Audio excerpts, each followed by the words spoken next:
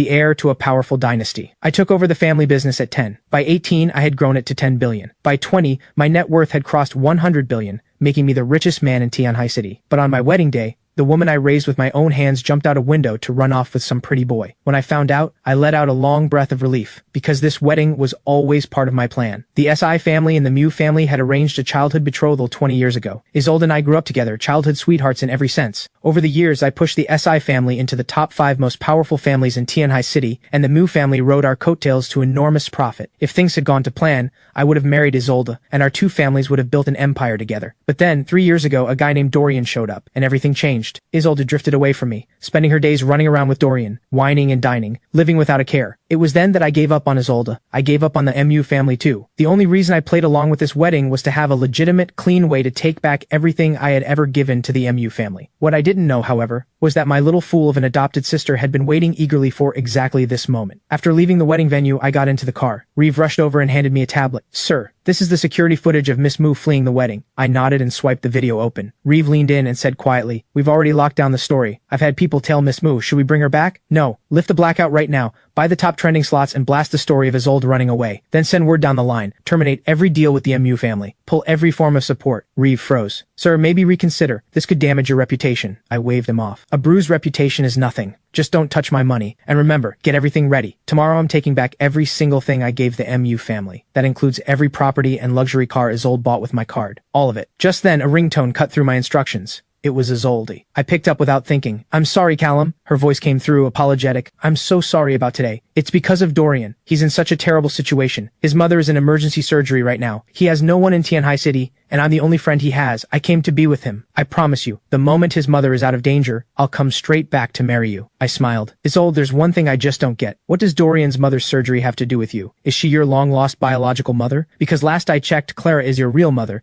and she was just at the wedding." Isolde paused, then snapped. "Can you not be so sarcastic? Dorian's mother is my godmother. My godmother is in surgery. Is it wrong for me to be here with her?" "You're not wrong at all. I'm the one at fault. I knew it would come to this, and I still had to open my mouth and ask. My own fault entirely. When your godmother is out of surgery, let me know. I'll send her a nice fruit basket." My heartfelt thanks. Isolde's brow furrowed. "What exactly are you implying? Are you threatening me? I already told you I'll come back and marry you after the surgery. Stop making a scene. I can't stand petty, small-minded people, and I refuse to marry one." My head was spinning. I genuinely had no idea what scene I was supposedly making, or how I was being petty. Honestly, I was grateful to Dorian's mother. If it weren't for her, Isolde wouldn't have bolted so cleanly. If she hadn't, I would have needed my backup plan, and I'd have walked away with billions less. Another call was coming in. "I've got another call, let's catch up another time." I ended the call with Isolde. "Aunt Clara, what is it?" The caller was Clara, Isolde's mother, and my own mother's closest friend. "Where on earth did you go?" I smiled. "Where else? I went home." Clara paused. "You didn't go after Isolde?" I frowned. "Why would I?" Clara blurted out. "She's your bride. You're really not going after her?" I was speechless. "Aunt Clara, she ran away. That makes her not my bride anymore. Do you understand how that works?" Clara paused, then said, "Young couples fight all the time. Just go and coax her back. Isolde is easy to win over. Say some sweet things,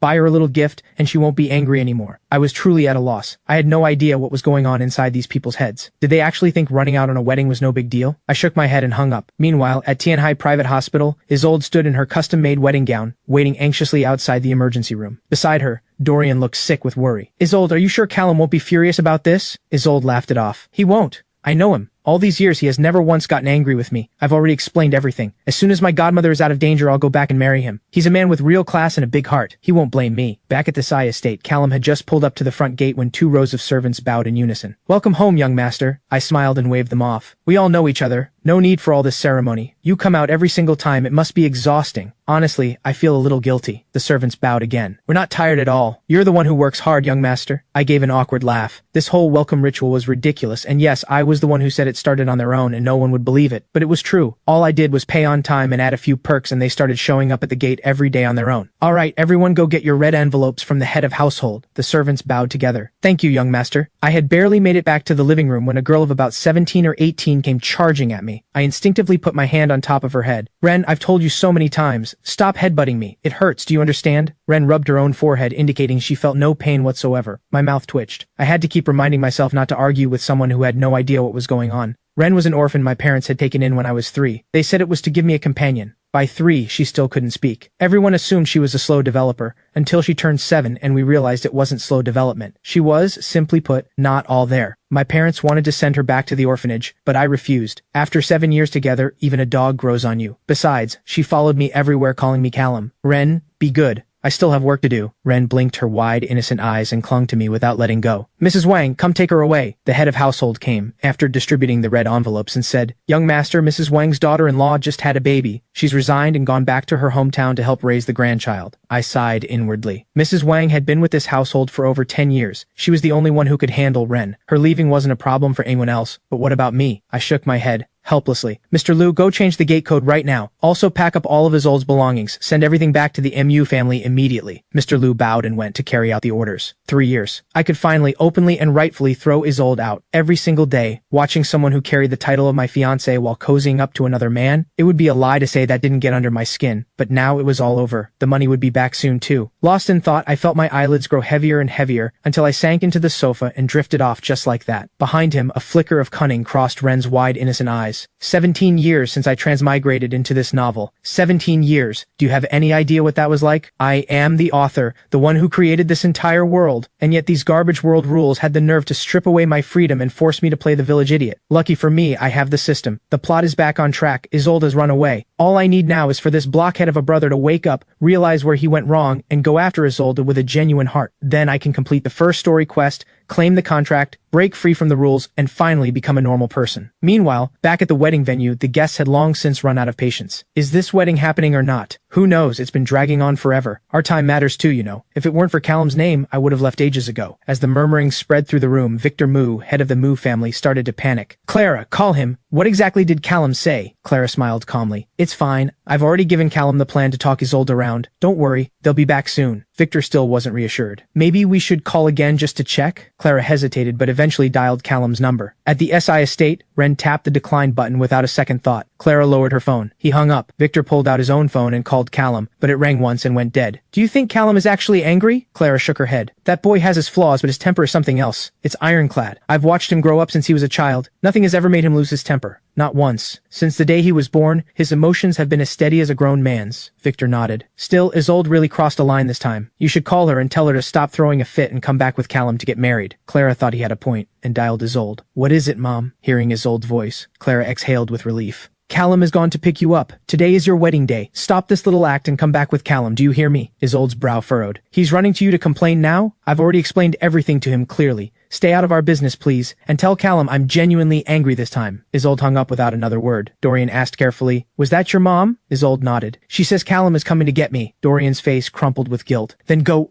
back with him. I can manage on my own. Isolde shook her head. I said I'd stay with you until your godmother comes out. A godmother is still a mother. If I'm not here for her now, how could I ever show my face in Tianhai City again? Don't worry. When Callum gets here, I'll have him wait with us. Dorian's face lit up. Really? Callum would actually stay and wait with us? But as he said it, his expression fell again. Someone like him, brilliant as a star in the sky, how could he possibly spare a second glance for me and my mom? Isolde was quick to reassure him. Don't say that, Callum, he's not like that. He would never look down on anyone, even a beggar on the street. He'd treat that person like a brother. And besides, my godmother is his godmother too. For him to stay here and wait with us is only right. Trust me completely, I'll handle everything. And let me tell you a secret. This hospital belongs to Callum. 3 years ago, when he found out about her condition, he set up a very important person room for her right here. He's always been so generous and kind. Once she recovers, I'll have Callum take us all on a world honeymoon tour. Dorian pretended to be overjoyed. Me and my mom can come too? Isolde nodded. Of course. You've never traveled the world before. This is the perfect chance. We're all family, and family should be together, right? As she spoke, Isolde's expression grew a little sad. Callum, he lost his parents so young. On top of that, he had to look after this hopeless little sister of his. He's had it so hard for so long. Once I marry into the SI family, I'll bring you and your mom along too, and then he'll finally have a little brother and a mother who care about him. Back at the SI estate, I had the strangest dream. I was submerged in warm water, drifting weightlessly, and somewhere beside me there seemed to be another person. I couldn't make out who it was. I couldn't see their face, either. I just floated there in a haze, until a sharp buzzing sound yanked me back to reality. When I woke up, I felt refreshed. every muscle loose and easy. Then I looked down at my arms. Ren was sprawled across my chest, dead asleep, and the drool soaking through my shirt. I let out a helpless laugh and picked up the phone beside me. Get to the point. I still need to carry Ren to bed. 3 seconds of silence. Sir, everything has been handled exactly as you instructed. By tomorrow it will detonate across Tianhai City and the entire country. I nodded. Good work. Your bonus this month is doubled. Go to finance right now and collect it. A pause on the other end. But payday isn't until the end of the month. I laughed. Your wife is due any day now, right? Get her into my private hospital. I'll have them set up a premium private room. A sharp inhale came through the phone. Thank you, sir. From now on, my life is yours. I hung up with a smile, then scooped up Ren and carried her to bed. One night was more than enough time for everything to take root. The next morning I jolted awake. Ren, what are you doing? Get down right now. There she was, perched on the windowsill, pulling herself back inside, turning to look at me with those big, guileless eyes. At the sight of that blank, innocent expression, I exhaled. You little fool. When are you ever going to learn to behave? Am I really going to have to keep you locked up in this house for the rest of your life? Ren launched herself off the windowsill straight toward the bed. I had no choice but to catch her. Thud. She slammed headfirst into my chest and I hissed through my teeth. I was at my limit, and it had only been one day. I already missed Mrs. Wang terribly. After washing up, I got out of there as fast as I could. Callum Group Headquarters, Executive Office. I opened the top trending news chart and sure enough, it had hit the #1 spot. Tianhai City's richest man's wedding. Bride runs away. From the first trending topic to the 10th, every single one was about the richest man in Tianhai being stood up and cheated on. I could barely keep the smile off my face. Just then, my former future father-in-law, Victor Mu, called. I closed the news and picked up. Callum, what's going on with these trending stories? Why didn't you keep a lid on it? I smiled. Why on earth would I do that? Victor paused. This is a matter of your family's reputation. There's still time to have it pulled. And why would I pull it? Victor was taken aback again. Don't you care at all about the SI family name? I acted like it had just clicked for me. Oh, so you're worried about my family's reputation. You can put that concern to rest. Reputation, good or bad. I've never once cared what people say. Now the Mu family, on the other hand, you'd better start thinking about how you're going to answer to me. Victor sounded bewildered. What do we owe you an answer for? You're the one who didn't go after Isolde. Are you really trying to blame the Mu family for your own failure? I was stunned. I truly could not understand how anyone in the Mu family was wired the way they were. How could every single one of them be so utterly unhinged? Victor, do you have any idea what you're saying? It was your daughter, your Mu family's own Isolde, who ran off with another man, and somehow you're turning it around on me. Victor fired back immediately. Isolde has been promised to you since childhood. She has belonged to the SI family for years. From the moment she moved into your home, her affairs stopped being the Mu family's responsibility. You couldn't keep hold of her. That's on you. How dare you blame the Mu family? I was momentarily speechless. So this was how the Mu family actually thought. In that case, I had misjudged them all along. Their minds were actually quite sharp. They had long since decided Isolde belonged to the SI family, leaving them free to collect the benefits without caring what happened to her. The one who had been thinking wrong this whole time was me, treating a family like this as if they were ordinary people. In their eyes, Isolde was a product, sold to the SI family before she was even born. Once that clicked, I felt nothing but calm. So you don't consider Isolde a member of the Mu family anymore. Even better, start gathering everything I've given Isolde over the years. I'll be coming by shortly to collect it in person. Victor tried to say more, but the line was already dead. What's gotten into Callum? Why does it feel like he's become a completely different person? Beside him, Clara looked worried. With rumors flying everywhere, I'm afraid Callum might actually do something drastic. Should we call Isolde back? Victor was just about to respond when his phone buzzed. He answered, and a frantic voice came through. Mr. Mu, we have a crisis. Callum Group just pulled their 10 billion investment from our new development project this morning. Unilaterally, Mu Group's stock has hit its lower limit. Market value has evaporated by over 10 billion. Mr. Mu, you have to do something. Victor's hand shook, and his phone clattered to the floor. Clara, call Isolde. Tell her to get back here right now. I'm going to prepare some generous gifts and go apologize to Callum in person, and announce it publicly right away. The Mu family is hosting a makeup wedding for Callum. This time, even if we have to use chains, those two are getting married. Clara had also heard that the Mu family was on the edge of bankruptcy. Shaken, she immediately called Isolde. In the very important person room at the private hospital, Isolde answered with a trace of impatience. Mom, why are you calling again? Did Callum go to you? Tell him I'll be back soon. Clara's voice went sharp. Wherever you are, you have 30 minutes to get back to the MU estate. If you don't, I'll pretend I never had a daughter. Isolde's brow creased. Did Callum threaten you? Clara hesitated. Yes. Callum Group has pulled their funding and cut off every one of our contracts. The Mu family is nearly bankrupt. Your father wants you back immediately. We're going to host a makeup wedding for Callum, and that's the only way through this. Isolde was taken aback. She hadn't expected Callum to be so petty about it, using such low tactics just to force her back to the altar. Then again, it was only because he loved her so much. She glanced at the unconscious woman on the bed and sighed. Mom, relax. I'll call Callum right now and explain. He'll drop this little game, I'm sure of it. Outside the Callum Group headquarters, I had just gotten into the car when my phone rang. It was Isolde. I shook my head with a quiet laugh. She must be scared by what I'd set in motion, calling to apologize. But it was too late. Everything had been over since that day 3 years ago. If it weren't for the need to strategically reclaim everything I had given away, I wouldn't have dragged this out at all. Yes, I was wealthy, but but tens of billions was still tens of billions. Every yuan I earned after taking over the family business at 10 had been earned through blood and sweat. Nobody got to walk away with a single cent of mine for free. I answered and got straight to it. You've heard the news by now. I'm on my way to the Mew estate. We'll talk when I get there. When you want something back, having the right people in the room is always best.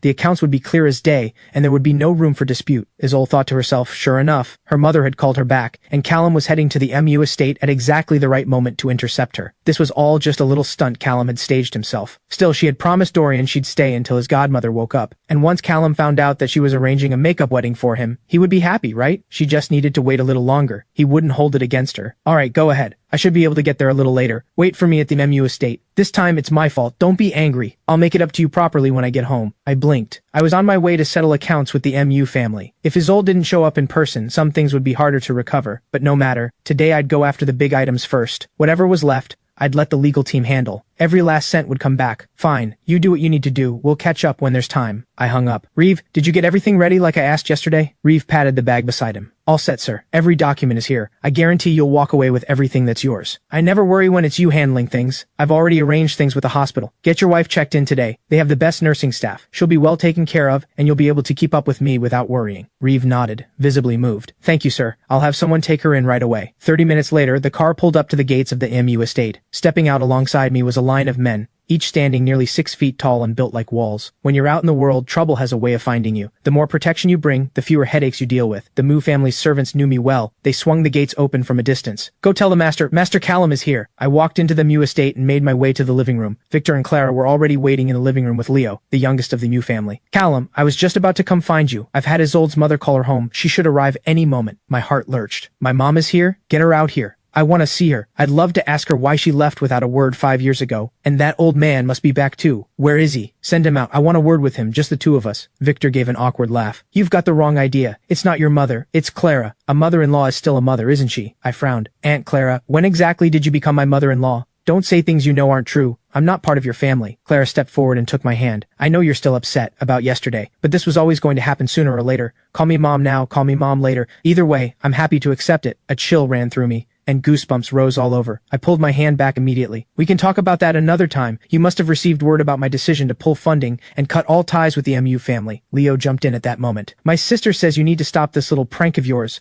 Otherwise, she really will stop talking to you. I turned to Reeve. He says it's a prank. Does that mean you only threaten them? Reeve shook his head. I can confirm without any doubt. The funds have been transferred back to our accounts, and the notice has gone out terminating all ties with the MU family. Check for yourself if you'd like. I pulled out my phone and checked on the spot. Then I relaxed. Leo, stay out of this. Adults are talking. Kids shouldn't interrupt. By the way, your sister has been using my card to buy you all kinds of nice things over the years, hasn't she? Go check your allowance and see if you've got enough to pay me back. I don't want to hear any crying when you come up short. Leo tilted his head and gave me a sideways look. Things that were given to me. How can you take them back? I ruffled Leo's hair. You once shared 2 pieces of candy with me. I ate both of them, and then you came back asking for them. So why can't I do the same? Besides, your sister bought all of those things without my permission, using my money. Taking them back is entirely justified, isn't it? Leo stared for a moment. You want back the things you gave me? Then he bolted. Victor laughed. Callum, don't tease the boy. If he runs to his old crying, you'll have to spend all night talking her down. My mouth twitched. Victor, you don't actually think I'm joking, do you? Victor kept smiling. Kids say the darndest things. We're all adults here. No need to fall out over something a child said. It would only make us look ridiculous. I gave a helpless wave, and Reeve caught on immediately. He pulled a stack of documents from the bag. Mr. Mu, this is a complete record of Miss Mu's expenditures over the years. Every transaction clearly documented. Please take a look and settle the balance while you're at it. Victor took the statement and flipped straight to the last page. His hand trembled, and the papers fell to the floor. 300 million! How is that even possible? Isolde hasn't even been at the SI estate for 5 years. We gave her 100,000 a month for personal expenses. She couldn't even spend that. How could she possibly have spent 300 million of yours? I smiled. She's always been spending my money. No wonder she had no use for yours.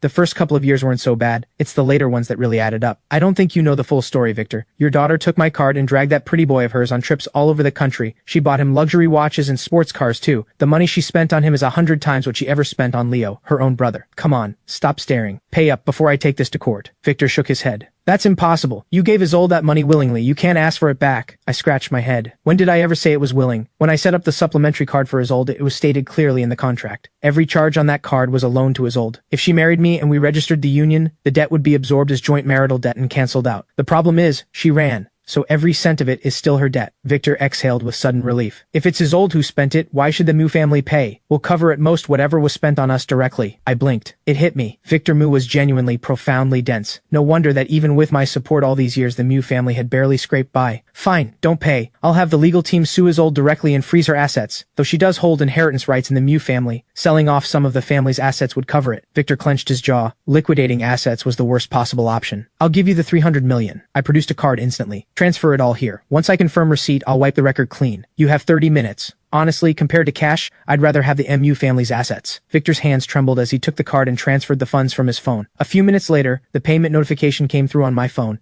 and the smile returned to my face. The Mu family never disappoints. Now, shall we continue? At the time of the engagement, your family accepted 3 billion from me as bride price. Shouldn't that be returned as well? Aunt Clara, if I recall correctly, you were the one who received it. That was 5 years ago now. I wonder if you spent any of it. Clara's expression shifted sharply. It was agreed that money was non-refundable. How dare you try to take it back now? Have you no shame? I gave Reeve a look, and Reeve immediately produced a copy of the signed agreement. Madam, please read carefully. It's all there in black and white. These 3 billion were paid by our principal as bride price for his future wife, held in trust by Miss Mu's mother, and to become Miss Mu's personal property upon marriage. Since Miss Mu broke the marriage contract unilaterally by running away, the money remains our principal's personal property, and we are entitled to recover it. If it is not returned, the amount constitutes criminal fraud, and we can move to liquidate the trustee's assets. Mu Group is jointly held by Mr. and Mrs. Mu. We can go after your shared estate. Clara flinched. But I don't have 3 billion on hand. I put it all into Mu Group. I smiled. Even better. When we recover the principal, we'll also collect every yuan of profit it generated over the years. Aunt Clara, you're too kind. You've been growing my investment for 5 years. Once we get it all back, I'll take you out for a proper meal. Clara stood there, stunned. Then a thought seemed to strike her. If you and Isolde just get married, does that mean this money doesn't need to be paid back? I nodded. In theory, yes. Once married, this money becomes Isolde's personal property.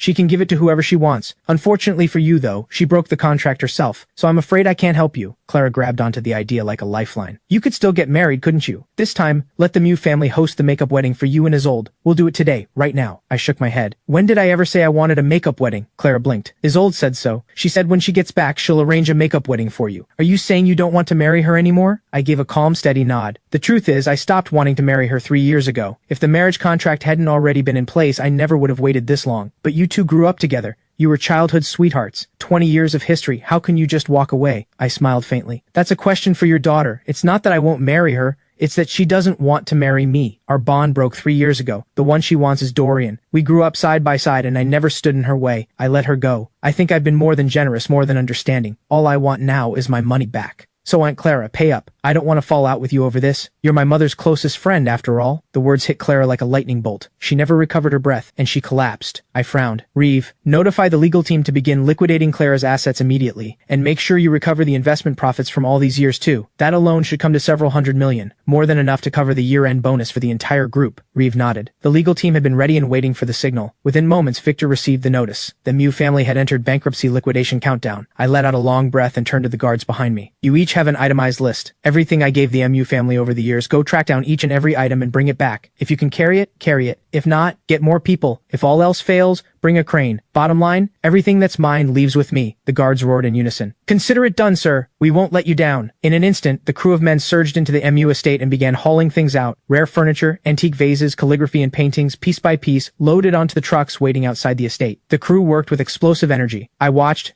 and my chest tightened. I hadn't realized just how much I had given the MU family over the years. But back then, before Isolde changed, I had truly raised her as my future wife. Having lived 2 lives, I always believed that bonds forged through years of care ran deeper, and Isolde had been adorable since childhood. Growing up, she only became more beautiful. I had done everything I could to cherish and spoil this girl I thought would be my wife. Then, 3 years ago, Isolde fell for Dorian, and I understood then. What Isolde felt for me was probably never romantic at all, more like the love you have for an older brother or a father. I was heartbroken then, but having lived 2 lives, I found my footing again before long. The flower had been taken, but the pot still belonged to me, and the rich soil it was planted in, all of that was mine too. Victor watched the estate emptying out before his eyes and nearly fell apart. Callum, our 2 families go back generations. Why do you have to be so ruthless? I gave Reeve a look. Reeve understood at once and pulled a land deed from the bag. Mr. Mu, you should recognize this. When our principal and Miss Mu were promised to each other before they were even born, at the time of the childhood betrothal, our principal's father gifted this plot of land to the Mu family. Now that the engagement has been broken, we are reclaiming rights to the land. In 3 days it will go to auction. We ask that you, Mr. Mu, clear out your belongings as soon as possible and vacate the estate within 3 days. Victor heard the words and his legs gave out beneath him. He crumpled to the floor. You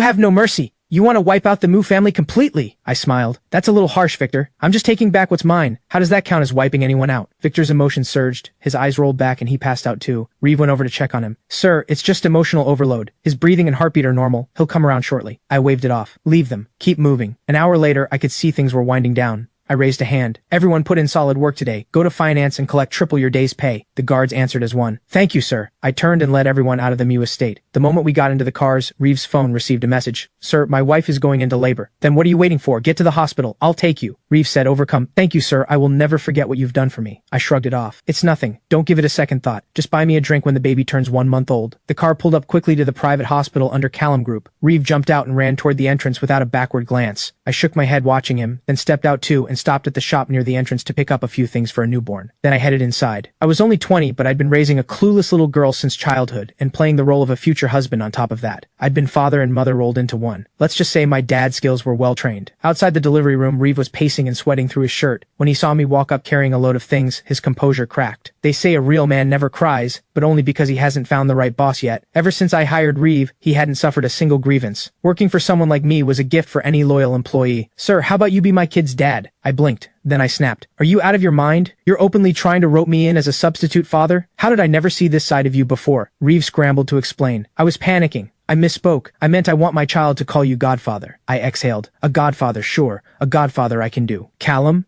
A startled voice came from behind. I turned around. There was Isolde still in her wedding dress with Dorian standing beside her. Did you come all this way just to check on me and my godmother? She walked toward me as she said it. I raised both hands, looked at the 2 large bags of baby supplies in my grip, and frowned. Which eye of yours saw me come for your godmother? I'm here for my godson. Or godson. Wait. Could be goddaughter. Either way, don't go claiming we're connected. Isolde noticed what I was holding. Oh, Reeve's wife is giving birth here. I should have time to go pick up a gift. Hey, no need to trouble yourself, Miss Mu. Go look after your godmother. Isolde smiled. It's no trouble. If Callum is the godfather, then I'm the godmother. It's only right that I bring a gift from my own godchild. Reeve smiled. Miss Mu, haven't you seen the news? Your runaway wedding has gone national. My child's godmother can only be the boss's wife. Isolde caught the mocking edge in Reeve's smile and immediately opened her phone. She was instantly buried under an avalanche of comments. Because she had been exposed for years of being seen with other men, at entertainment venues, hotels, bars, and now there was footage of her running from her own wedding. The whole country was tearing into her. Mocking videos and vicious comments flooded every platform. Isolde had barely been scrolling for a minute when her phone slipped from her fingers. Callum, it's not what it looks like. I haven't cheated. I haven't done anything wrong by you. You know that. I've always explained everything to you. I nodded. Isolde's heart leapt. She stepped forward and grabbed my hand. As long as you believe me, that's all that matters. Let's go back and finish the wedding right now. I'll come out publicly and set the record straight. No one is going to pin this on you. I shook her hand off and smiled. You and I were never in a relationship to begin with. Who you spend time with is your business. That's not cheating. As for a bit of online noise, treat it as entertainment. In a few days, no one will remember. Our marriage contract has been dissolved. Leave the past behind and go after the love you want. No thanks needed. I genuinely wish you well. Oh, one more thing I almost forgot. Your godmother's hospital bill is due. 3 years comes to roughly 10 million. Add in the surgeries and it won't exceed 15 million. My hospital runs a fair operation. We never overcharge. Isolde's eyes went wide. What did you just say? You're canceling our engagement? I frowned. What do you mean I'm canceling it? You're the one who ran away and broke the marriage contract unilaterally. Stop trying to pin everything on me. The most important thing you should be doing right now is paying your godmother's outstanding hospital bill. By tomorrow at the latest. If you still can't produce the funds, my legal team will be filing against Dorian. Isolde was already too stunned to speak. Before she could recover, Dorian panicked. Callum, why are you suing me? Didn't you personally set up this room for my mom? I nodded. That's right. I did set it up for your mother, but I never said it was free. Dorian heard that and felt the ground drop out from under him. When they first transferred her to this hospital, Isolde had said she handled it herself, never once mentioned payment. A private hospital's fees were way beyond anything he could afford. Isolde, you never told me there would be a charge. What are we supposed to do now? Isolde finally snapped back to reality. It's just over 10 million. What are you panicking for? Callum isn't that petty. Then Isolde took my hand again. Stop making things difficult. I promise you, I'll go back and marry you right now. As for my godmother's medical bill, just waive it. It's a drop in the ocean for you. Think of it as compensation for me breaking my word, for not staying until she woke up and made it through the critical period. My head was buzzing. I was convinced my ears had stopped working, because nothing else could explain how I was hearing something this shameless and illogical. First, our marriage contract is dissolved. There is no wedding. Second, that is your godmother, not mine. I have absolutely no obligation to cover the promises you made to other people. I shook her hand off again, and I looked at this girl I had raised with my own hands, now standing before me like this. Something ached deep in my chest. The pain wasn't about her leaving. It was the realization that over 10 years of everything I had poured into her had produced this. Isolde's eyes went red the moment I pulled free. I was willing to go back with you. I already swallowed my pride. What more do you want from me before you'll let this go?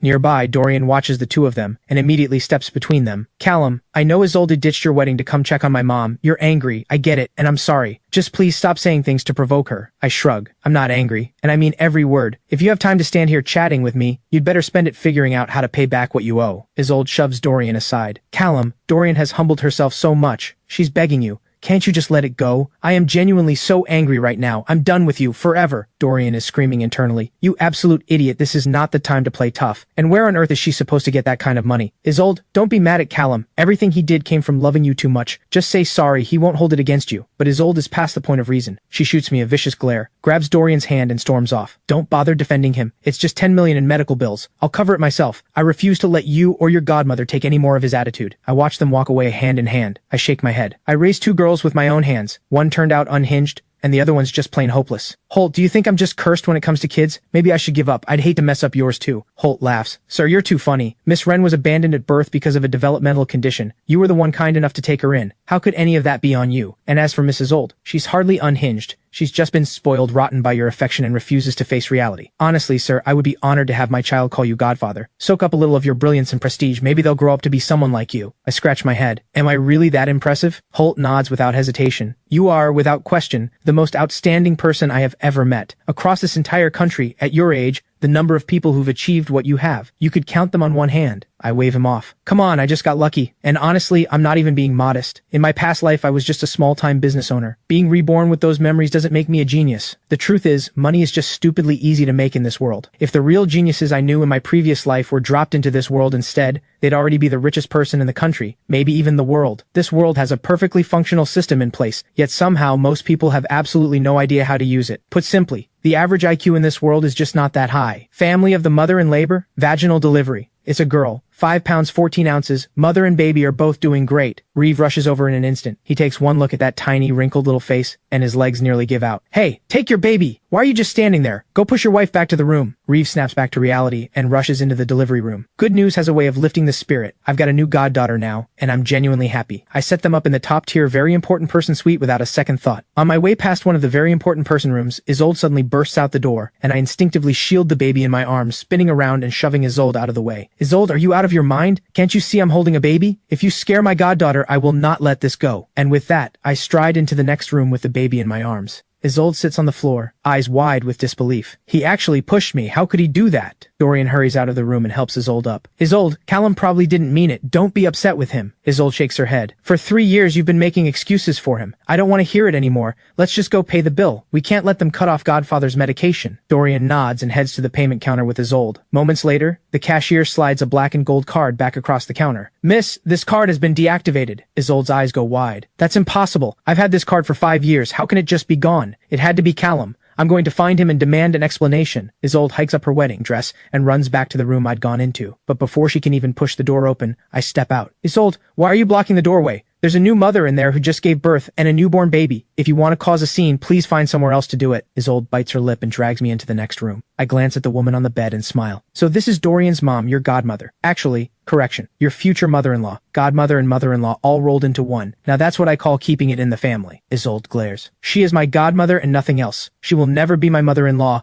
The only person I'm marrying is you. I genuinely cannot follow her logic. What are you even talking about? Then it clicks. Oh, I see. Is Dorian's wife refusing to sign the divorce papers? Don't worry about that. I already had someone look into it. They got married before the legal age. It was just a hometown ceremony, not legally binding. Wait a couple more years. Once he's of legal age, you two can register officially, and it'll all be perfectly legitimate. Isolde's brow furrows. You're saying Dorian has a wife back home? I raise an eyebrow. You two have been together for 3 years. Don't tell me he never mentioned it. It's easy enough to verify. Just ask around in his hometown. He was the only person from his entire village to get into Tianhai University. Everyone back home was lining up to set him up. He literally paid his tuition with the red envelope money from his engagement banquet. Isolde pauses, then shakes her head. That doesn't matter right now. What I need to know is why you canceled my card. You promised me I could use it however I wanted. So what's this about? Are you trying to force me to come crawling back? Fine, you win. I'm crawling. I'm begging you, can we just stop all of this? Reinstate my card, pay godmother's medical bills, and we'll go straight home and get married. My eye twitches uncontrollably. Isolde, what are you even saying right now? Yes, I promised you access to that family card, but do you actually know what family means? When you were my fiancé, you qualified as future family, but right now you are nothing to me. Is there a problem with me taking back that access? If you still want a family card, go ask your dear little brother Dorian for one. That's your future husband. Spending his money is only natural. Are we clear? Isolde stares at me. utterly speechless. Callum, what are you talking about? He's just someone I treat like a little brother. How could he ever be my future husband? I've explained this to you so many times. I only love you. You are the only one I will ever marry. Why won't you just believe me? I press my hand to my forehead. So you're saying Dorian was just for fun, and I'm the real thing? Isolde nods, then shakes her head. You and I are real, and I was never playing around with Dorian. I smile. Then let me lay out the numbers. Over the past 3 years, you and Dorian have visited over 70 tourist spots across the country, checked into hotels more than 340 times, and shared over 800 meals together. You bought him an apartment, a car, designer watches,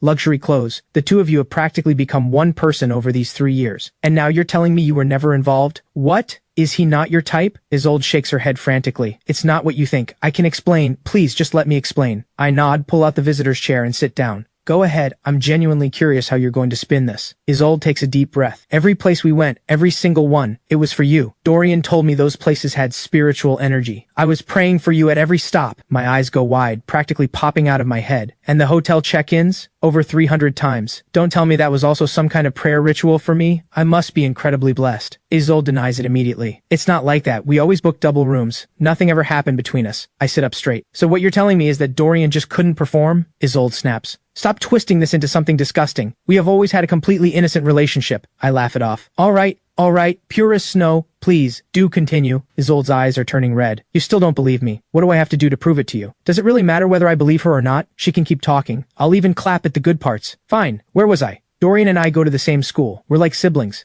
His family is poor. He's been saving up to pay for his mom's treatment. I felt sorry for him, so I started buying him meals every day. Is there something wrong with that? I nod. Very generous of you. Absolutely nothing wrong with that. So then why didn't you use your own money to do it? Every single day you've been swiping my card, using my money to play the generous saint, buying him a penthouse and a luxury car, funding his entire lifestyle. Do you think my money just falls from the sky? I work until midnight every single night drinking with clients until I'm coughing up blood, earning every cent the hard way. Yes, he's poor, and you feel sorry for him. Then why have you never felt sorry for me? We grew up together, and not once have you bought me a watch or a car, a gift, anything, even a toy would do. It's not like you couldn't afford it. Isolde shakes her head. You've got it wrong. I didn't give him any of that. He borrowed it. He said he'd pay it back. I figured you have so much money anyway, so I lent it to him first. He'd pay you back once he earns enough. He even promised interest. I narrow my eyes. He borrowed it. So where's the loan agreement? Show me. Isolde's gaze shifts away. We're practically family. Who needs a signed agreement? He'll pay it back. I knock on the table. With what? We're talking over 200 million. How could he ever pay that back? Isolde thinks for a moment. You could lend him a little more, let him start a business. He'll pay it all back before you know it. I burst out laughing. Isolde, you never cease to amaze me. Anyway, I have things to deal with at the office. I'll leave you to it. Isolde grabs my arm. You can't leave. You still have to come home and marry me. My eye twitches. I genuinely cannot understand how her brain is wired. Have I really spoiled her into this level of delusion? Isolde, get this straight. Our wedding is already over, and so is our marriage contract. Are we clear? Isolde's lip trembles and her voice cracks. Can't I just admit I was wrong? I'm apologizing. I'm sorry.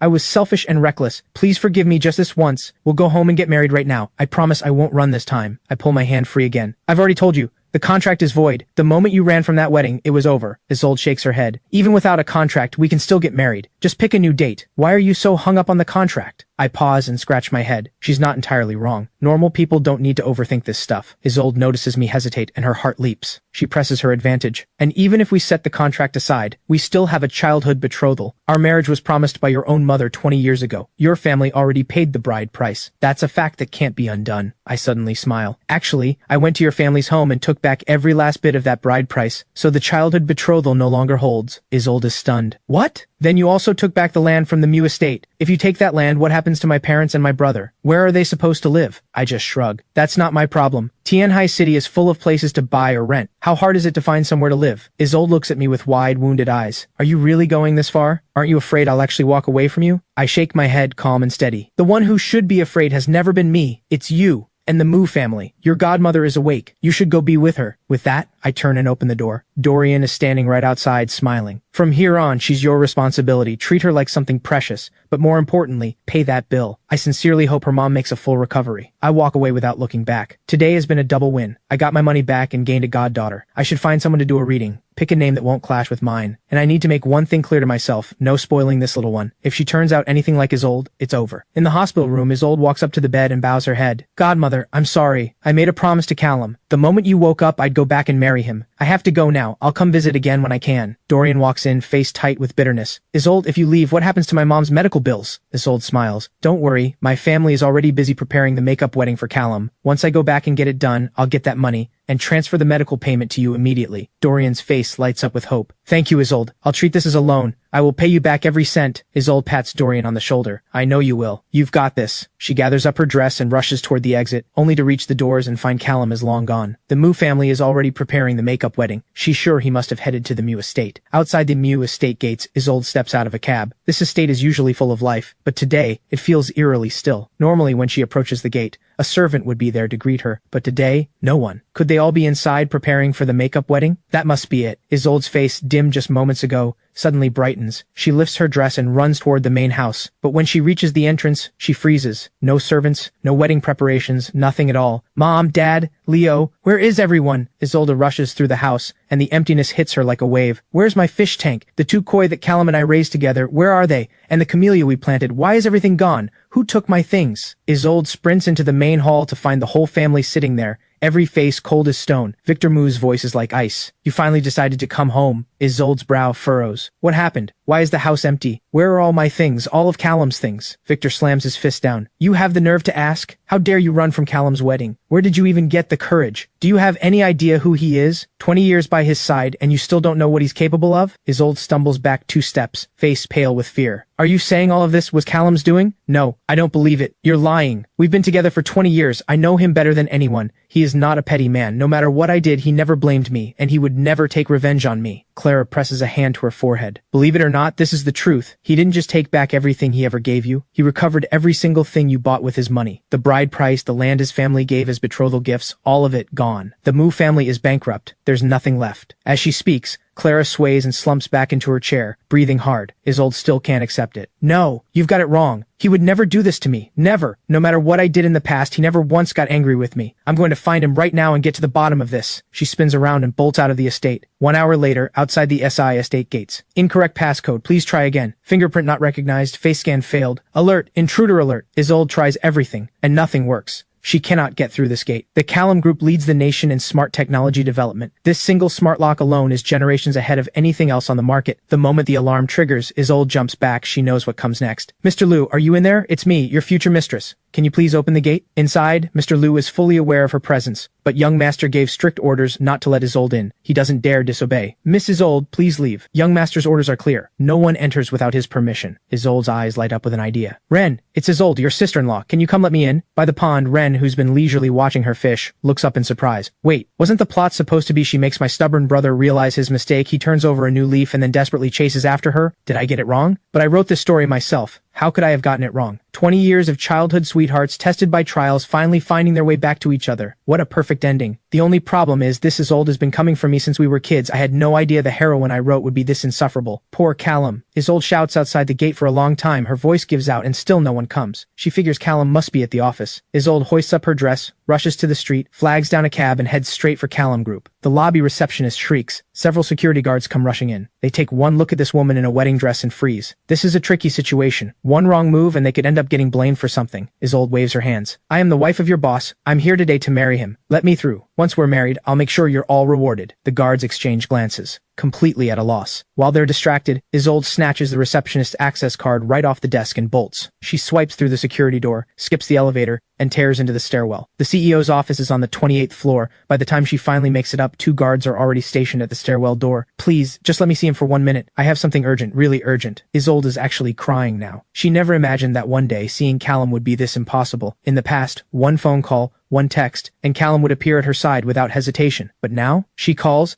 and he says he's busy. He doesn't even open her messages. Just yesterday, everything was fine, and today, it's all gone. The 2 guards look at each other and quietly step aside. She climbed 28 flights of stairs. That beautiful wedding dress is in tatters now, and her flawless makeup has completely fallen apart. Callum Group's motto has always been people first. They can give her a pass. The boss is a reasonable man. He probably won't hold it against them. Isolde bows to both guards, then sprints barefoot toward the CEO's office. I'm reviewing documents when someone bursts through the door and I nearly jump out of my chair. What on earth? Who are you? Why are you in my office? Isolde grabs the fabric of her dress and scrubs it across her face. I blink. Isolde, what happened to you? How did you end up looking like this? Isolde looks at me with a face full of grievance, tears streaming down. They wouldn't let me see you. So many awful people, all of them blocking me from you. I frown. If they wouldn't let you up, why didn't you just wait downstairs? Am I dying? Is every visit now a countdown? We're friends. You've made this incredibly awkward for me. Isolde shakes her head, tears still falling. No, I don't want to be your friend. I want to be your wife. Marry me. This time, no matter what happens, I will not run. I wave her off. What's done is done. No point dragging it up again. Besides, everything has already been taken back. Bringing this up now just doesn't sit right. 20 years of friendship, you of all people should know who I am. Isolde has just climbed 28 floors. She is completely spent and just drops to the floor. I don't understand how it came to this. Is it really all because I ran from the wedding once? I refuse to believe you'd throw everything away over that. I nod slowly. You're right, it's not only because you ran. Isolde lets out a hollow laugh. Then tell me, what is it really? Is it Dorian? Because I swear nothing ever happened between us. Put me through any test you want. I stand and walk over to Isolde, helping her up onto the sofa. Truthfully, I do believe nothing happened between you two. Finishing off Dorian would take me less effort than a sneeze. The only reason he's still breathing is because I know that where there's one Dorian, there will be a second and a third. You might not betray me with the first one, but can you promise me the same about the second, the third? Honestly, part of this is my fault. I sheltered you too well growing up. Your curiosity has been caged for too long. The day you felt strong enough to fly, you started pushing, testing every boundary I have. From the first day you brought Dorian home, the first time you tried to defy me to my face, I knew I had made a mistake. A serious one. After that, I stopped interfering. And you didn't disappoint me. You just kept pushing further and further. Until yesterday when you ran from our own wedding. You didn't run because of your so-called godmother. You ran because you loved the thrill of defying me, and the moment I truly let you go, your reason to push back disappeared. You felt hollow. And that emptiness is driving you back to me. Isolde's expression shifts completely. She shakes her head desperately. That is not true. You were never my enemy, real or imagined. From the moment I was old enough to understand, I chose you. I told you to your face, when I grow up, I'm going to marry you. I was foolish enough to believe nothing could ever tear us apart. I overestimated how much you could take, and I underestimated your resolve. I know I was wrong. I'm terrified of losing you. Please, one more chance. From this moment forward, I will follow your lead, put you first in everything, and only ever have eyes for you. I smile and hand her a tissue from the desk. Then tell me, what role do you see yourself playing in my life going forward? Surely you don't still think you can be my wife. Isolde blinks. Why not? I let out a long sigh. Forget it. You'll never understand what it feels like to pour everything into something, and then watch it get taken away. There's no going back from that. Do you understand? Even the most flawless gem, once set in a shattered frame, looks broken beyond repair. Isolde stares at me with lost eyes. I don't understand what you mean. But I know I've broken your heart. I will spend every day making it right. There's no getting through to her. I give up trying and walk out of the office. Isolde follows immediately. Where are you going? I think for a moment. Home, obviously. My little fool is waiting for me. Who knows? Is she out by the pond chasing fish? Or rolling around on the lawn? Without Mrs. Wang around, honestly, how am I supposed to survive? Isolde's eyes flicker with something. I can look after Ren for you. We grew up together. I know her well. I roll my eyes. Please, you should be saying I raised both of you. And one of you clearly turned out hopeless, and you're not far behind. Something in those words makes Isolde pause, then quietly smile. Callum was right all along. She has been fighting him this entire time. In the past, if she'd heard news like this, she would have rushed to the hospital without a second thought, because it would have felt like the perfect excuse to escape her cage. But now, she has no desire to go at all. Other people's lives are not her concern anymore. That place was never a cage, it was home. Leaving it never needed a reason. Coming back does. Dorian, what you owe her is due. Dorian hesitates. Isolde, what are you talking about? I don't follow. Isolde smiles. You borrowed hundreds of millions from me. You said you'd pay it back. Have you forgotten? Dorian's eyes dart around. He hesitates but stays on the line. But I just got a notification. Everything under my name has been reclaimed. I don't owe her anything anymore. Isolde thinks back to her own fierce argument with Callum in that hospital room and suddenly finds herself almost amused. What she takes back is her business. You borrowed the money from me. You pay it back to me. Dorian grits his teeth, still looking for a way out. You're right, Isolde, but I genuinely have nothing right now. Didn't you say Callum would fund my startup? If he invests, I can pay everything back fast. Isolde lets out a cold laugh. You spineless jellyfish. All you do is cry and mope. What business are you going to build? You, living in a penthouse driving a luxury car? Those designer watches and custom couture pieces on you? It's an insult to the brands. Pay it back. Principal plus interest. 230 million total. You have 1 hour. Pay up, or I'll feed what's left of you to the dogs. The moment those words hit him, Dorian's hand trembles. He ends the call, glances back at the operating room, still lit up, clenches his jaw, and runs. The person in that room is a terminal patient Dorian recruited to play a role. Bought him 3 extra years of life in exchange for the act. If the old man dies now, it is what it is. But Dorian cannot die. He knows exactly what Isolde is. He's seen it firsthand. She is a vicious, unhinged psychopath. Every time Dorian accompanied her on those so-called prayer trips, she'd make him kneel with a sign for an entire day, sometimes a full day and night. And every time they checked into a hotel, it got worse. She'd tie him up, pull on a mask with Callum's name written across it, and whip herself into a frenzy, screaming and cursing, demanding to know why Callum had stopped paying attention to her, why he no longer cared. Isolde is completely out of her mind. She spent years scheming ways to escape from Callum, but but the moment he actually let her go, she broke down and started lashing out at Dorian instead. Ever since he signed that contract 3 years ago to play her little brother, every single day has been a living nightmare. She even wanted to package Dorian and his fake actress mother as part of her dowry, move them into the SI estate and have Dorian play Callum's little brother, all to manufacture the illusion of a perfect family for Callum. To stop this nightmare from unfolding, Dorian has had to keep up an innocent act, playing peacemaker, saying all the right things to keep them together, while at the same time desperately working to sabotage Isolde's path into the SI family. Before, Isolde at least worried about Callum finding out, so she kept things subtle. But now that Callum has cut her off, she will turn every last drop of that rage onto Dorian. Running is the only sensible move. Dorian ends the call. Isolde's lips curl into a cold smile. All these years by Callum's side, she's picked up a thing or two about how power works, and has quietly built her own network of hidden allies. An unlisted number dials out. A few words, then the call ends. Immediately after, Isolde's expression shifts. She kicks off her shoes and runs barefoot toward the elevator. Outside the main building, Isolde dives straight into my private car. I have no money. The Mew family is about to be wiped out by you. Your estate won't let me in, so I'm just going to live in your car from now on. 20 years of history between us. You wouldn't just leave me out here to die, right? I wince and think it over. I could find you a place to rent. Something cheap. Isolde shakes her head. That's not enough. What am I supposed to eat? I've been eating well my whole life. I frown and consider. I could throw in 2 cases of instant noodles. Seafood, beef, spicy cabbage, whatever flavor you want. You're 20 years old.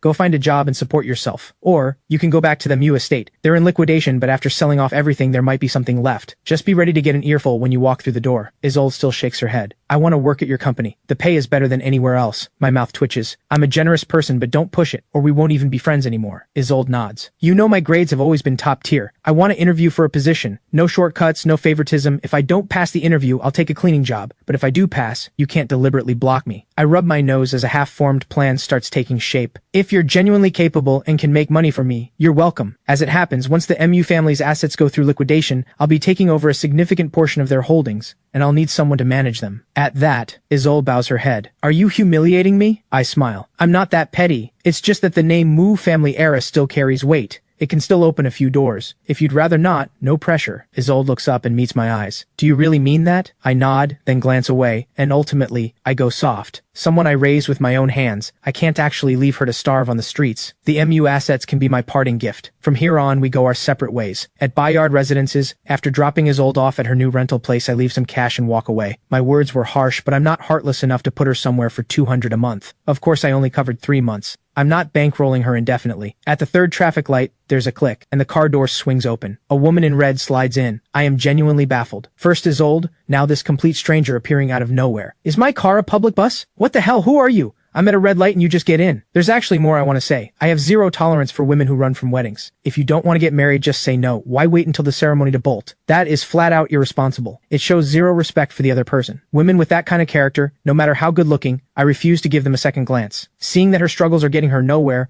the woman's face shifts to something small and desperate. Please, let me go. I can't get caught again. It clicks. I move fast, one hand grabbing her left wrist, the other pressing her head against the car door. So you're a fugitive. Lucky for me, I've been trying to figure out how to knock some bad press off the headlines, and here you walk right into my car. The woman is frozen in shock.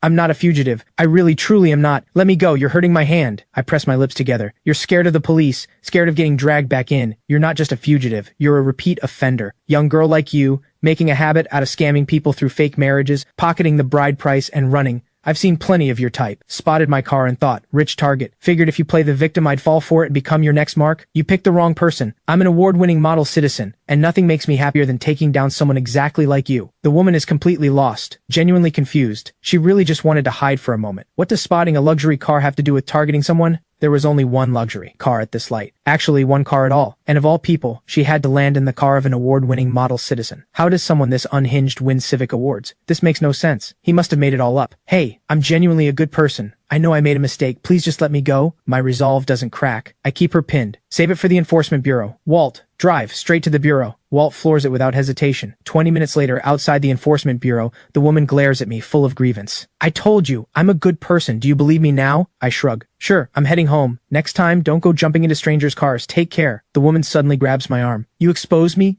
My family is on their way to drag me back. You can't just leave. You owe me. I shake her off. The enforcement bureau is right behind you. If your family is forcing you into something, go file a report. I'm an upstanding, award-winning model citizen. What exactly do I owe you? The woman's face crumples. The bureau can step in once, but they can't protect me every time. I've already been dragged back 3 times. If it happens again, there's no coming back from it. I genuinely don't get it. You have 2 working legs, and you've been caught 3 times? Is something going on upstairs? The woman snaps. You're the one with the problem. Your whole family has a problem. I laugh it off. Your family is on their way here right now, and you're not running. You're standing here arguing with me. So every time you got caught, that was on purpose, wasn't it? Is it that the deal on the table isn't big enough? You're using this whole runaway bride act to drive up your price? The woman stares at me and fires back. I'm not. I genuinely want out. A dirty mind sees dirt in everything. Something shifts in my thinking and I smile. Don't go throwing accusations around. I have consistently been awarded the Model Citizen Award and the Outstanding Youth Award. A man of endless good deeds. I have so many trophies at home I use them as drinking cups. And the commendation banners. So many I can't hang them all. Layer upon layer, I've lost count. You want to call me shameless? My soul is as pure as moonlight on a clear night. Not a single trace of darkness. The woman raises her chin, voice dripping with contempt. You love to talk big. Who do you think you are? You've got the brain of a toddler and the motor skills to match 1 luxury car and suddenly you're somebody? People like you are all ego and nothing else. I glance at my watch and smile. You're no saint either. Crooked eyes, crooked nose, every word out of your mouth is filth. That voice could shatter glass. Honestly, I don't understand. The fact that anyone was willing to marry you is a miracle you should be grateful for, and you have the nerve to run. 3 times, no less. I'd bet you took the money and never planned to go through with it at all, and now they're just collecting what they're owed. If I were you, I'd go find a wall to walk into. The woman blinks, then yanks up the hem of her dress and scrubs it across her face. Open your eyes and look properly. I was in disguise, and this voice, it's hoarse from screaming for help. I didn't take anything that wasn't already taken from me. It's my family who took the money and can't pay it back, so they keep selling me off to that old man to settle the debt. Do you get it now? I'm not the one who's wrong here. They are. I nod slowly with a quiet chuckle. I see. You're absolutely out of your mind. Before the words even finish landing, a group of people swarms around the woman, closing in fast. The color drains from her face. Uncle, please, Aunt, I'm begging you. I don't want to marry that man. Please stop pushing me into this. Tell my dad. I'm his own flesh and blood. He can't do this to me. I watch the whole chaotic scene, people grabbing, pulling, shouting, and I just find it funny. She keeps saying she wants to escape, but she's still standing right here waiting to get caught, just to keep arguing with me. If that's not completely unhinged, what is? And I genuinely feel for whoever ended up with this woman as a wife, the type who probably wouldn't even know to come in from the rain. He's going to have a rough life. I shake my head, turn, and get back in the car. Bang! Out of nowhere, something slams into me. I lurch forward into the car, and something heavy lands on my back. Drive! Drive now! The woman is gripping the car door, shouting at the top of her lungs, desperate to get the car moving, but Walt doesn't budge an inch. He only answers to one person. I manage to shake her off and pull myself upright. What the? Are you actually insane? The woman pleads frantically. Please, tell him to drive! I'm begging you! Help me! I roll my eyes. The enforcement bureau is right there. Go ask them for help. Coming to me instead? You really are out of your mind. Get out of this car right now or don't blame me for what comes next. Something fierce flashes in the woman's eyes, and she lunges at me, pressing her lips directly against mine. That's my first kiss. Save me, and I'll marry you. I am completely blindsided. Nothing in 2 lifetimes has prepared me for this moment. Walt has been watching the whole scene in the rearview mirror, and the moment it happens, he floors the gas, leaving the woman's family in the dust. You're safe now. Can you please get off me? The girl's face flushes red as she climbs off. Thank you. I will find a way to repay you. I shake my head. I'll drop you at the next bus stop. After that, you're on your own. If you really want to run, then run. Don't stand around like you're waiting to get caught. The woman presses her lips together. I'm not going anywhere. I'm coming home with you. I want to marry you. I blink, then frown. Marriage is not something to take lightly. Using me once to escape, fine, I'll let it go. But if you push it any further, I have more than enough ways to deal with you. The woman's expression falters, tears starting to form. Either way, I'm being forced to marry someone. If it's going to be that old man, I'd rather it be you. At least you're young, and you're not bad looking. They're driving me to the edge. Please just help me. I shake my head. There are plenty of ways to ask for help. You don't have to gamble your whole life on it. If Tianhai City isn't safe for you anymore, leave. Go somewhere far. This country is enormous. You can build a life anywhere. If you're going to run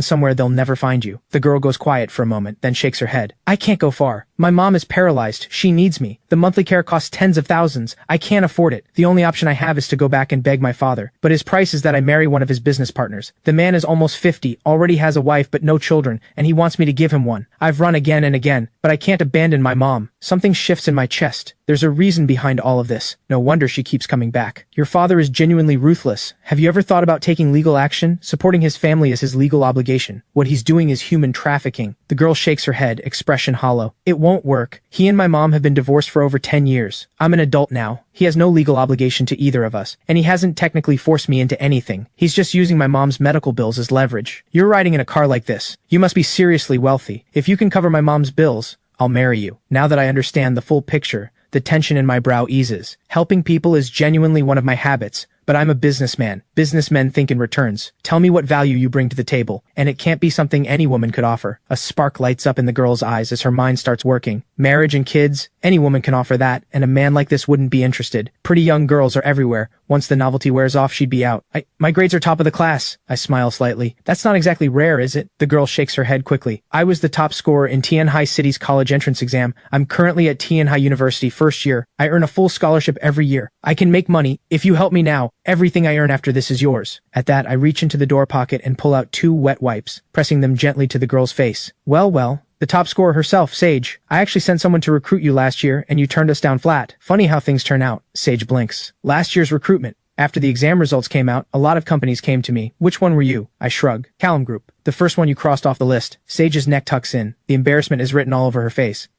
If I told you my mom was in emergency surgery that day and I wasn't in the right headspace, would you believe me? I smile and say, what does it matter now? I've always believed that opportunities only come once. When you dismissed the Callum Group back then, it made headlines. Top exam scorer has no confidence in Callum Group's future, and my stock dropped by over $1 billion. Your stop is coming up. Let's hope we don't cross paths again. Sage drops her head and mutters, what does Callum Group's loss have to do with you personally? Acting like it came out of your own pocket, capitalist lapdog. I reach over and grab Sage by the chin. Take a good look at who you're talking to. Sage's eyes go wide. She swallows hard, but she can't place who this person is. Up front, Walt catches the whole thing in the rearview mirror and smiles. Miss Sage, you're the first person who's ever called our boss a lapdog to his face. Sage shoves my hand away, pure horror written all over her face. You're the CEO of Callum Group, the one they call the King of Tianhai City? Sir, I'm so sorry, I was blind, I was wrong, it was all my fault. This is the legendary ice-cold business mogul Callum himself, ruthless to the bone, a shark who shows no mercy, who started conquering the business world at 10 years old, never once letting anyone off the hook. Every rival company I've touched has gone bankrupt, wiped out completely. One careless word from her last year cost me over $1 billion, a debt she can never repay. If she ends up in my hands, she won't walk away in one piece. That thought hits her hard. Sage lunges for the car door. I catch it instantly and pull her into my arms without even slowing the car down. Are you trying to die? Sage freezes, curling into herself, too scared to even look at me. I'm actually enjoying this. Weren't you just running your mouth a minute ago, yelling back at me, telling me you wanted to marry me? What happened to all that energy? Sage murmurs in the smallest voice. I didn't know who you were. Please don't kill me. I blink. I'm a model citizen, an outstanding individual. You think I'd kill you? Sage fires right back. You're absolutely right. You're the bigger person here. Could you please spare my life? I pry her hands apart and lift her face up to mine. Work for me for free for 10 years, or I drop you off right now. Pick one. Sage grits her teeth. You evil capitalist. I hope you get everything you deserve. I shrug. So that means you're going with option 2. Walt, take Miss Sage home. Throw in 200 as a wedding gift. I'm crashing her ceremony today. Sage spins around and bites my hand. I grab her jaw in one smooth motion. Let go of me. I'll fight you. I reach out with my other hand and flick her on the head. I'm messing with you. Just hear me out. Work for me for free. I'll cover every single one of your mother's medical bills, room and board included. Once you've earned $2 billion from me, we're even. Of course, if you can't cut it, I'll fire you on the spot. Sage snaps. That's not fair. I refuse. I let go. I smile. The world has never been fair. I give people one chance, and I'm already breaking my own rule, giving you a second one, because I see something in you. If you've got real talent, using my platform to hit $2 billion is just a handful of deals. Maybe a few months tops. This offer stands once. If you say no, I won't push. The next intersection, you walk. The words land, and the car rolls to a stop right at the light. Sage hesitates. She's the top scorer on the national college exam. She's not stupid. She knows exactly how bad her situation is. This deal looks unfair on the surface, but compared to being forced to marry some old man and become a baby-making machine, this unequal contract actually tips in her favor. Can I at least finish college first, build up more knowledge so I can earn even more for you? I nod. Of course, I'll cover every expense while you're in school, but that time doesn't count toward the 10 years. Sage furrows her brow, wrestling with a brutal choice. And honestly, I'm not wrong. Callum Group is worth hundreds of billions. It's one of the biggest platforms in the country, and her mom needs money now. On top of that, I may be driven by profit, but I haven't left her without an out. Someone her own age who's built all this. The scale of his thinking is something she can't even picture, and maybe riding his coattails could take her somewhere real. Fine, I agree. After graduation, 10 years free of charge, but you stay out of my personal life. I nod. Tell me your address. I'll go handle things so they don't come back to bite you later, and I'll have your mother transferred to my private hospital. Having her weaknesses in my hands is always better. This is a low-risk, high-reward bet. Worst case, I lose a few million. Best case, the return is 1,000 times over. It's only now that Sage catches up, so you never actually knew where I lived, and when you said you'd take me home, that was all a bluff? I smile just slightly. Is that a problem? Sage's anger flares up instantly, but it fades just as fast. Lu Shui Gardens, the Shen residence. Walt catches the address and pulls the car around the corner. 20 minutes later, outside the Shen house, I step out of the car with Sage. I've never seen a place like this, a whole residential area where you can actually drive right in. There's a touch of envy in her voice. I shrug. What can I say? I'm the richest man in the city. Gotta act like it. Mid-sentence, the two of us reach the front door. The bell rings, and the door swings open to reveal a woman in her 40s, dressed to impress. Sage, you have the nerve to show up here? Who gave you the guts to walk out on that wedding? Smack! The woman rushes forward and slaps Sage hard across the face. Sage stumbles and goes down, blood trickling from the corner of her mouth. It happens so fast even I don't see it coming. I step between them. Excuse me, ma'am, use your words. Hitting people is not okay. The woman raises her hand and swings at my face. Shen family business is none of your business, you little nobody. I take one step forward and shoulder check her clean across the yard. I don't care whose family business this is. Hitting people is wrong. I close the gap in one stride and plant my foot on her stomach. I lean down and slap her twice across the face. Consider that a lesson in basic decency. Remember this, never go after someone stronger than you. I step back and return to Sage's side. The woman comes to her senses and starts rolling on the ground, wailing. Help! Someone help! Sage has lost her mind. She brought some random guy home to beat us up. Everyone come quick! The screaming pulls the whole Shen household out. Sage, what is wrong with you? You didn't just run out on the wedding. You brought someone here to cause trouble? I'll teach you a lesson today. A man in his 40s steps forward and raises his hand to hit Sage. My brain can't keep up. What is wrong with this family? Why does every single one of them go straight for the face? A grown man raising his hand against a young girl. I move in one instant. One kick straight to the gut, sends him flying 4 or 5 meters, rolling across the ground. Sage, you ungrateful child. You dare bring someone to hit your own father? I'll deal with you today. The woman charges again, going straight for Sage's face. This time I'm ready. One sharp slap, and she spins 2.5 times before hitting the ground. Sage, you brought someone to hit my mom? I'll kill you today. Now, a girl around 17 or 18 comes charging in, also going for Sage's face. My mind races. I have no idea what's going on, but I smack the girl flat on the ground. Sage, you, before anyone else can speak, I'm already moving, landing a slap on a boy of about 15 or 16. Done. I turn to look at Sage, genuinely confused. Is your entire family out of their minds? Why does everyone keep hitting you, specifically your face? And that includes you too. Why do you just stand there like it's nothing? Sage shakes her head. They're not crazy. They're just used to it. There's nothing a single slap can't fix. And if one doesn't do it, two will. I can't wrap my head around it. You never once thought about fighting back? Sage lets out a hollow laugh. What good would that do? My mom and I need their money. But then, a warm, sunlit smile breaks across Sage's face. Her eyes catch mine and shimmer. It feels really good to have someone protecting you. I pull out the tissue I used for her earlier, wipe her tears, and say quietly, don't be scared. Stick with me from now on. I don't hit people. Sage smiles and nods. Okay. The whole Shen household has been knocked around enough to finally shut up. They huddle together in a corner. Sage, you just wait. Mr. Huang is already on his way, and today, no matter what, you are going to marry him and give him children. That's right. Mr. Huang is loaded, and he's offering you 100,000 per kid. Where are you going to find a deal like that? You should be thanking us, but instead, you bring people to hurt us, you ungrateful wretch. After everything the Shen family has done for you, if you ever want us to keep paying for your disabled mother's medical bills, you'd better get on your knees right now and beg for forgiveness. Then go back with Mr. Huang and give him his children. Sage suddenly rises on her toes and kisses me on the cheek. She spins around with a triumphant grin. Sorry to disappoint. This is my boyfriend. And my future husband. He'll be covering my mother's medical bills from now on, and I'll only ever have his children. If you think you can use me as a stepping stone for your deal with the Huang family, keep dreaming. My lip twitches. I want to say something. Sage jumps up, throws her arms around my neck, and presses her lips to mine. A few seconds pass. Sage pulls back, face flushed, whispering, help me out. As my boyfriend, if you deal with them, it gives the Enforcement Bureau a clean reason to close the case. It clicks immediately. If I'm her boyfriend on paper, then stepping in for her makes total sense. Even another round of hitting them becomes legally defensible. Criminal matter becomes civil dispute, settled with pocket change. College students really do think differently. My actual status means I don't need any of this, but she's asking, so I'll play along. I slide my arm around Sage's waist. One favor, add 500 million to the tab. Sage's eyes go wide, disbelief all over her face. You shameless capitalist, why don't you just rob people? I smile. That's exactly what I'm doing right now. You didn't notice? Sage bites down hard. Fine. She's already decided to latch onto Callum Group, owing 2 billion or 2.5 billion. What's the difference? Deal with tomorrow. Right now, let's enjoy this. Deal. But make it brutal. Crush them completely. If that makes me happy, I'll earn you another 500 million on top. Sage kisses me again. Babe, they've been bullying me, trying to sell me off to some old man to breed children for him. You have to stand up for me. My life has been so hard. Watching Sage's painfully bad acting, I nearly lose it. But 500 million is 500 million, so I play along. What did you say? They actually did that to you? They're going to pay for this. I pull out my phone and hit the emergency alert. Dozens of meters away, 2 teams of bodyguards pick up the signal and converge on the Shen house. Being a billionaire CEO means my bodyguards run round the clock rotating shifts, staying invisible and following me in the shadows. The Shen family waited for Mr. Huang. Instead, they get a wall of men in sunglasses and every one of them starts shaking. I wave a hand. I trust you know what to do. The bodyguards don't need telling twice. They swarm forward and lay into the Shen family. All 4 of them are rolling on the ground, howling in pain, joints dislocated all over their bodies. These bodyguards are specially trained. They know exactly how to hurt without causing serious damage.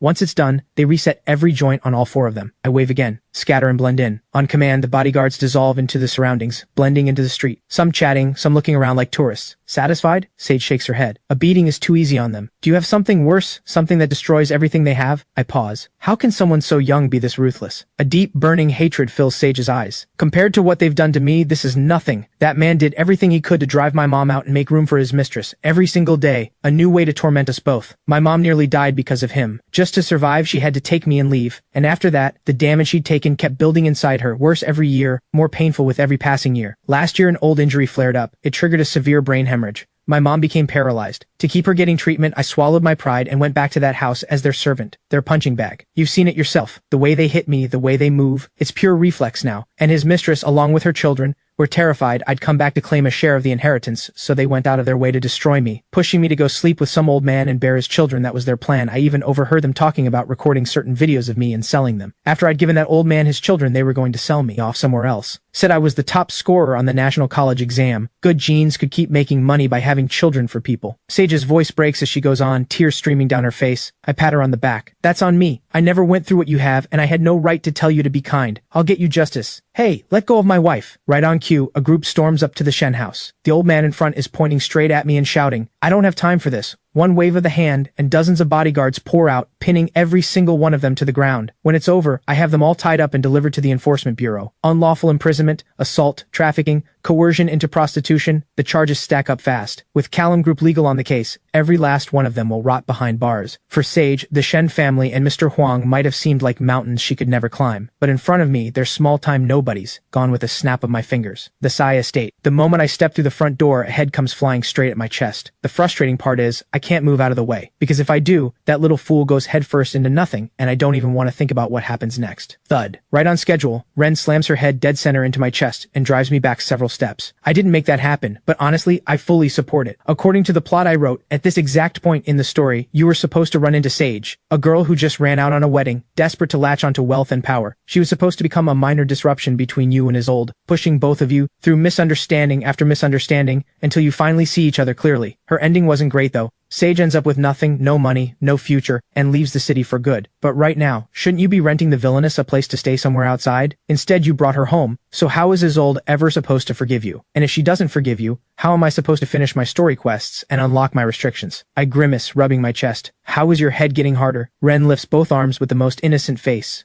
making grabby hands. Serves you right. That's the system punishing you for breaking the plot. Not once have you gotten away with it. I scoop Ren up with a sigh. Sage stares from the side. Wait, this is the girl you mentioned? She's gorgeous. Absolutely flawless. I've never seen anyone this beautiful in my life. I keep walking, shaking my head. Maybe the universe got jealous and decided to take her mind in exchange. Ren suddenly presses her nose against mine and sniffs, then turns to look at Sage. Ding! System alert. The main lead's luck energy has been drained by villainous Sage. Player, recover and restore it immediately to prevent the plot from collapsing. Body lock lifted 50%. Duration 3 minutes. Luck energy? Sage kissed me and drained my luck energy? 3 minutes. Move fast! Suddenly, Ren reaches out and grabs Sage, plants a big kiss right on her lips, then spins around and goes straight for mine. Ren's move leaves Sage completely frozen, standing there, cheeks slowly going red. I grab Ren's head and hold her back. Her senses are extremely sharp. She must have caught the scent of your lipstick on me and figured it was something tasty. She just wants a taste. You don't mind, do you? Sage shakes her head, still flushed. No, I get it. I was in a rush back there. It was all for show. Please don't read into it. I smile. No explanation needed.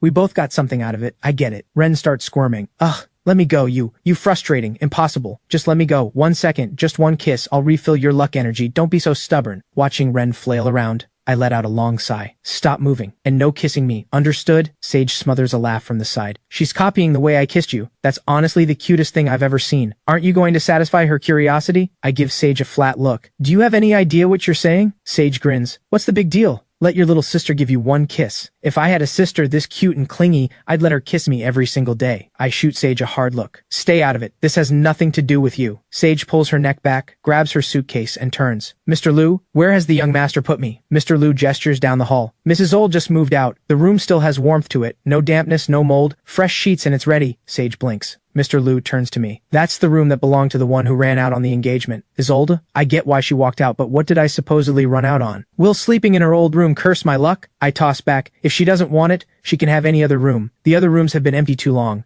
Have someone clean and disinfect them all tomorrow. Sage hears this and immediately snatches up her suitcase, making a beeline for Isolde's old room. This was the room of the former lady of the house. Of course it's going to be amazing. She's not about to turn that down and go sleep in some dusty, forgotten corner. Sure, her whole life has been nothing but hardship, but now that she's latched onto someone with real power, the tide is finally turning. Mr. Liu smiles. Miss Sage is quite the lively one. Warmer than Mrs. Isolde, if you ask me. I nod. Someone who spent her whole life fighting uphill. She's built real resilience, and she knows how to make her own light. Pass it down. No special treatment. Mr. Liu bows and takes the order, though in his head he's thinking, you say no special treatment, but she's already been given the master suite. If Miss Sage plays her cards right, she might just become the lady of this house. Ren nearly loses it when she hears that. What do you mean someone raised in hardship is better at making her own light? I wrote Sage as a shallow, vain girl who only turned ambitious after growing up poor. A gold digger in training. According to the plot, after running out on her wedding, she was supposed to manipulate Callum every chance she got, tearing apart whatever he and Isolde had left, and Callum was supposed to be completely fooled the whole time, only to see the truth too late, ending up on his knees in front of Isolde for 3 days and 3 nights begging for forgiveness. Men really are one-track creatures, every last one of them hopeless. After Mr. Liu leaves, I sit down with Ren in my arms. Ren, I'm your brother, you can't kiss me, do you understand? Ren starts fighting in my arms. Running out of time, you frustrating, infuriating, unlock my speech restriction, stupid system. I give up. Ren never used to be like this. The old Ren was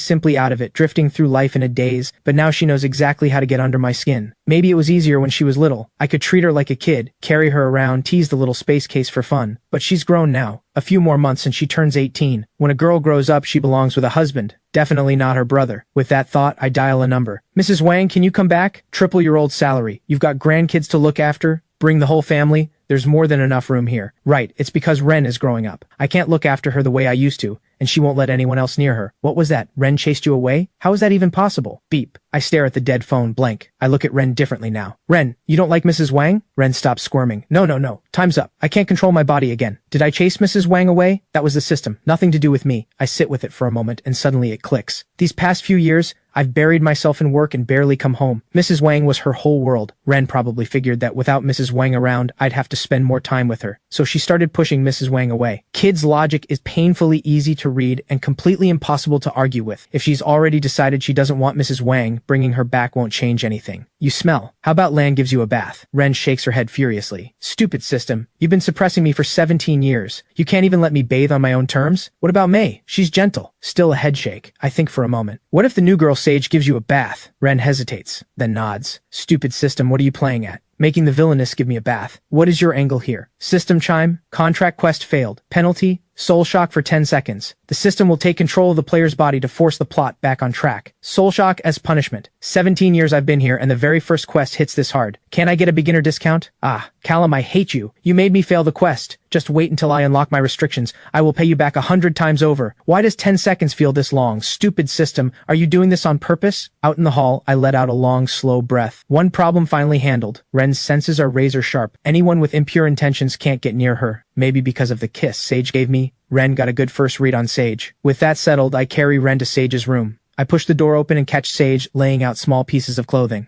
What are you doing in here? Ever heard of knocking? I pause. Next time I will. Could I possibly ask you to give Ren a bath? Since Mrs. Wang left, she hasn't been bathed in days. Sage smiles. Easy. Leave it to me. I give a few quick instructions, set Ren down, and head out. The second I'm gone, Sage runs over, cups Ren's face in her hands. So soft, so cute. Ren knocks her hands away. Don't ever kiss me again. Sage blinks, a flicker of surprise in her eyes. Is that a warning? Do you have feelings for Callum? Ren pauses. No answer. She turns and walks into the bathroom. Something ignites in Sage. She follows immediately. A long while later, both of them step out, Sage holding Ren's hand, eyes shining with curiosity. Come on, tell me, do you have feelings for Callum? You've been playing dumb this whole time, haven't you? You're scared that if he finds out, he'll pull away. Am I right? Ren slowly turns to meet Sage's eyes. Something strange flickers in them. A few seconds pass. Ren, how did I get in here? Wait, no. How did I get in here? Wait, how did we both end up in here? Sage looks at them both wrapped in towels and has no idea what to say. She could have sworn she was just folding clothes, getting ready to bathe, and somehow it's already done. And with Ren ignores everything and walks straight out of the room, then heads upstairs and twists open a door handle. Stupid system, what are you doing? Stop right now! Inside the bathroom, I'm whistling and singing to myself. Just work shampoo into my hair when a figure bursts through the door, flying free across your heart. What the? Ren, what are you doing? I lunge and grab Ren before she goes anywhere. She's barely wrapped in a towel. Ren claws and pulls at me without any care that the towel is slipping. If I weren't holding on so tight, this would be a very different scene. Let go, you big dummy. Tell the system to send back the luck energy and let your precious little sister live in peace. Do you have any idea how much soul shock hurts? Just let it go, you hopeless big brother. There's nothing I can do. I scoop Ren up and get out of the bathroom. I reach for the wardrobe to grab her something to wear, but my hand stills. I end up opening the door and calling down to the floor below. Sage, get up here! Sage has no idea what's happening. She takes a couple of steps on instinct, then stops herself. This is the SI estate, and even though it's the private interior, staff other than the head butler aren't allowed in, and she's definitely not about to run around in just a towel. Sage, why aren't you up here yet? Hearing me call again, Sage throws caution out and runs upstairs. When she opens the door and sees me, barely covered, holding a wildly thrashing Ren, her face goes red, heart pounding. She's never in her life seen a man like this, and for some reason she can't quite look away. Stop staring, just grab her! Sage snaps out of it and rushes over to wrap her arms around Ren. I break free, throw on a robe, and pull a dress from the wardrobe. Listen, every master bedroom in this house has a wardrobe, each one stocked with clothes for Ren. Next time you bathe her, make sure she's dressed before you leave. If something like this happens again, you're done here. Sage looks around the room, takes in Callum's hair still full of shampoo suds, and suddenly it all makes sense. Ren must have gone upstairs looking for Callum, crashed right into the bathroom and scared him half to death. Having a handful like Ren for a sister, even a billionaire CEO must have his hands full. Got it, young master. I'll be more careful next time. I hear that and head downstairs to the first floor master suite. Sage settles Ren onto the bed and gets her dressed. Inside, Ren is cracking up. Stupid system. You think you're so impressive? You can't pull it off in 10 minutes, but you give me 3, and when I fail, you shock me. Shouldn't you shock yourself for a full minute? Ding. Player detected as incapable. Unable to complete future story quests. System unbind initiated. Unbind progress. 99%, 98, 97, 95. Special notice. Upon system unbind, host body will shatter. Player's soul will disperse. No rebirth, ever. The laughter in Ren's mind dies instantly. Back when she was still in the real world, cramming for the national college exam, grinding through practice tests day and night while working part-time jobs to survive, she died young, drowned in a sea of knowledge, and her soul was reborn inside the very novel she had written. But the extra soul disrupted the world's rules, and she was locked up by the system the rules had formed. It wasn't until yesterday, when Isolde ran out on the wedding, that the story finally began to move. Once all the main story quests are completed,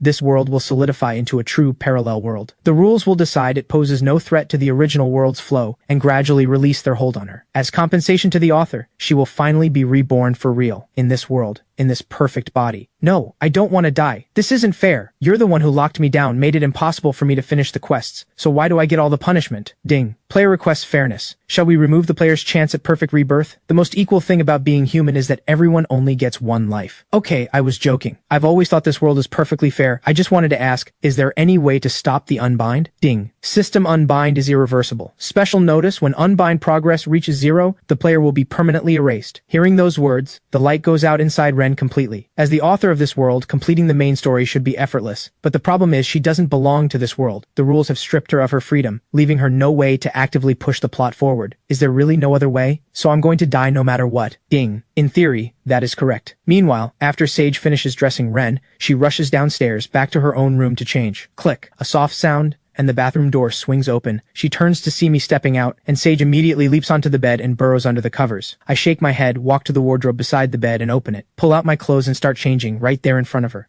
Can you please go change somewhere else? Sage's face burns red, heart going a mile a minute, hands pressed hard over her eyes. I shrug. You can close your eyes, or pull the blanket over your head. Also, your fingers are very slender, quite a few gaps between them. Sage wants to sink into the floor and dives under the blanket. I glance at Sage's open suitcase. Everything inside is clean, but washed so many times the color's nearly gone. Some pieces held together with patches. You're about the same build as Ren. Her wardrobe has new clothes. You can borrow some. They're all things she likes, and if she sees you wearing them, she might warm up to you faster. If you can take good care of Ren for me, I'll cancel every cent of what you owe. Sage pokes her head out. Really? I turn. Of course, I don't say things I don't mean. Something catches Sage's eye. Ah, you creep! Sage dives back under the blanket. I have no idea what just happened. Seriously, are you kidding me? I'm not exactly exposed here. I mutter, grab my shorts and leave. The door clicks shut. Sage bolts upright. You're the crazy one. Your whole family is crazy. Then she realizes she's completely bare and dives back under the covers. As she hunts for something to wear, Sage's eyes land on her own open suitcase and she stops. He saw all of that. Was that pity? He could have just handed me new clothes outright. Instead, he made up a reason to share them. But then again, Isolde must be out of her mind. How do you walk away from someone like him? Wait, why am I even thinking about this? Sage shakes her head hard, opens the wardrobe and pulls out a brand new white nightgown. Clean lines, fabric soft as silk against the skin, stitched with real care. Sage smiles to herself, slips it on. She's made her choice. She's latching on, so she might as well do it right. She'll pay it all back double someday. The next morning I wake up and Ren is nowhere in sight. I breathe easy. Last night, Sage and I worked together and finally got Ren to agree to sleep in Sage's room from now on. No Ren crashing in here means the plan worked. Ren is slowly warming up to Sage, and an easier life is just around the corner. For one brief moment, I feel genuinely at peace. After breakfast, Sage climbs into the car with me. First, I want to learn everything about how your company runs. Then I'll put together a study plan so I can actually be useful to you someday. I nod, satisfied. You're the most dedicated grunt worker I've ever seen. Lucky timing. Reeves' wife just had a baby, so his spot is open. Fill in for him and get up to speed on every part of the business. By the time he's back, your school break will be over, and you'll head back to class. Sage flushes and squirms. Isn't that a bit much? A female college student as your personal assistant? I roll my eyes. Who said anything about personal? Go get your head checked. I'll pay for that too. Sage drops her head. Walt drives smooth and fast. At Callum Group headquarters, I have Reeves send out an announcement placing Sage as temporary assistant. And just like that, Sage's life of unpaid grunt work begins, with exactly 0 pay. 2 hours in, Sage is completely lost. She never imagined one assistant could be responsible for this much. How did Reeves survive this job? Well, she doesn't know that Reeves couldn't handle it all either. He just knew how to delegate instead of drowning alone. Assistant Sage, there's a situation in HR that needs your attention. She barely sits down for a sip of water, and someone else is already running over to find her. Why can't any of you handle anything on your own? What does the boss even pay you people for? Sage is running on empty and doesn't hold back. The HR staff member hesitates. We have someone here for an interview today. She's the CEO's former fiancé. We don't know how to handle it. Sage spits out her water. Isolde? She's here for a job interview? Is she serious? The HR staff shrugs. Maybe. Because you'd have to be out of your mind to walk out on that wedding. The boss is young, good-looking, and loaded. The dream guy of pretty much every girl out there, the perfect catch, and she just threw it all away. The moment Sage hears it's Isolde, something lights up inside her. Her back pain? Gone. Tired legs? What tired legs? Take me to her right now. I'm personally running this interview. In the interview room, Sage looks across the table at the stunning woman sitting there. You're Isolde? Isolde gives a slow nod, eyes dropping to Sage's name badge, then scanning Sage's outfit. Something shifts in her expression. You're Callum's new assistant? Sage smiles lightly. Temporary. What position are you interviewing for? Isolde bites down. Why are you dressed exactly like Ren? Is this some cheap trick to get closer to Callum? Sage blinks and smiles. Sharp eyes, Mrs. Isolde. But you've got it wrong. Callum gave me these clothes himself. He said if I dress like this, Ren will feel more comfortable around me. At that, Isolde fixes her gaze on Sage, a flash of something dangerous in her eyes. I'm warning you. Keep your distance. He is not someone you get to want. Something rises in Sage too. She can't help it. I'll manage just fine, thanks. Oh, and that bed of yours? Incredibly soft. Isolde is on her feet in an instant, glaring. What did you just say? You slept in my bed? Sage holds her gaze. Did I stutter? I'm living in your old room. Yesterday, he showered in my bathroom and changed in front of me. Isolde's eyes go red. Her jaw locks, teeth grinding. I have been with him for 20 years, and we never even...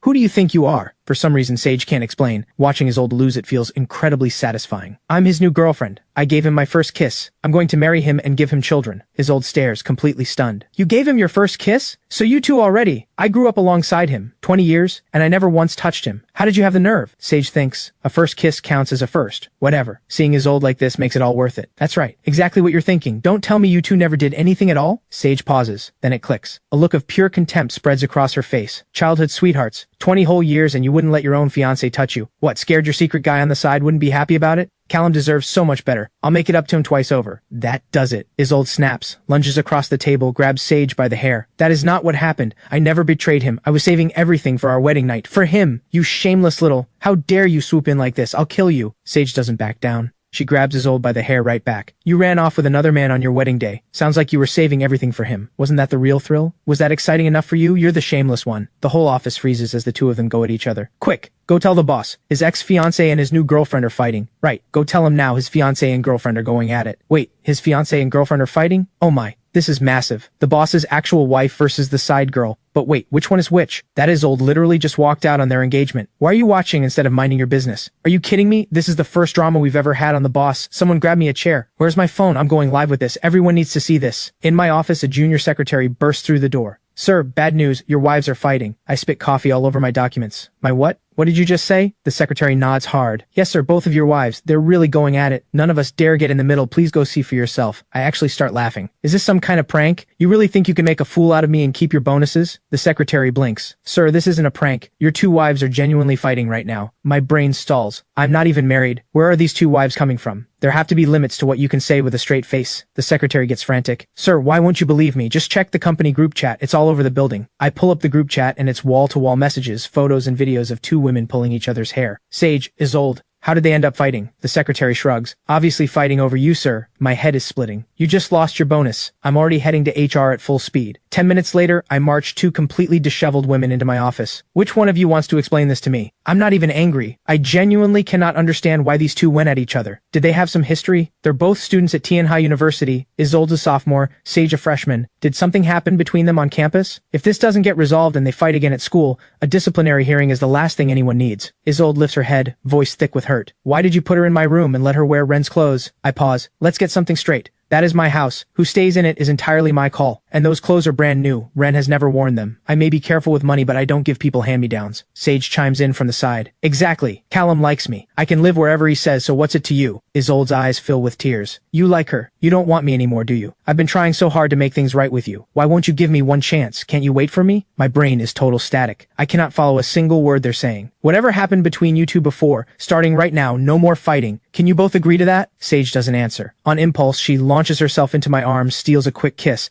Of course, babe, I'll never fight with her again. Before I can react, Isolde comes charging at me too, full force. I can't hold both of them up. I go down. He's my husband, get your hands off him. You walked out on your own wedding. He's my boyfriend now, get away from him. Both of them land on top of me and start swinging at each other. I panic, locking an arm around each one, trying to keep my voice level. Ladies, could everyone please calm down? I am not anyone's husband and I am definitely not anyone's boyfriend. No fighting. If you really need to fight, can you at least let me get up first? I'm innocent here. About 10 seconds later, both of them start to settle, and I seize the moment to scramble to my feet and put several meters between us. I'm genuinely scared. When they go at it, they don't care who's in the way, and I took scratches and kicks from both sides, sharp fingernails raking across my chest and arms like fire, and those heels hit like they mean it. This ends right now. How about a handshake? Actually, forget that. Just both take one step back. I step back myself. Isolde cuts Sage a sharp look. I came here for a job interview today, and she ruined it. She owes me. Sage lifts her chin. Callum Group doesn't hire people who start fights, so consider your interview failed. The two of them look ready to go again. I jump in fast. Your interview is approved. You're hired. Isolde shoots one last glare at Sage over her shoulder. Don't think this is over. I will not let this go. She storms out. Once she's gone, I look at Sage. What was that? Why did you go after her like that? Without Isolde in the room, Sage deflates back to normal. Honestly, I have no idea. Something about her just sets me off. I just want to get under her skin, but I've never even met her before. It has to be that room of yours. Everyone who sleeps in it goes crazy. I actually pause at that. Part of me almost believes it. You could always try switching to a different room. Sage thinks for a second. I'm scared to be alone. Can I just move in and sleep in your room? I smack myself on the forehead. She's gone. You really have lost it. Sage jumps in. It's not what you think. I'll sleep on the floor. I wave it off. Forget it. You take the second floor. We'll just swap. I'd like to see if I go crazy too. Sage nods. I'll go tidy up. On the 28th floor, in the bathroom, Sage runs into Isolde again. They stand at the mirror, fixing their hair, straightening their clothes. I genuinely want to know, why did you run out on that wedding? Is the other guy really better than Callum? Sage can't hold back anymore. Isolde smooths her hair and wipes the smudged lipstick from the corner of her mouth. I never once thought about leaving him. I would never betray him. I was just foolish back then. I pushed him away. We have 20 years between us. That's something you can never touch. Walk away now while you still have your dignity. Trust me, you don't want to look back on this and regret it. Sage rubs her temple. He asked me to come to his room tonight. You know, I wonder, how many abs does he have? And his lips, surprisingly soft. Isolde turns slowly, eyes full of something lethal. Touch him one more time, and I will make your life a living nightmare. Sage smiles. He's my boyfriend. Why wouldn't I? You're the strange one. Running around behind his back while refusing to let your own fiancé touch you. And now you want to tell me what to do. Do you have any shame left? Isolde draws a slow breath, forces the anger down. Let me give you one piece of advice. Callum is not someone who can be won over with tricks like this. You should leave before it's too late, because the moment he sees this side of you, things will not end well for you.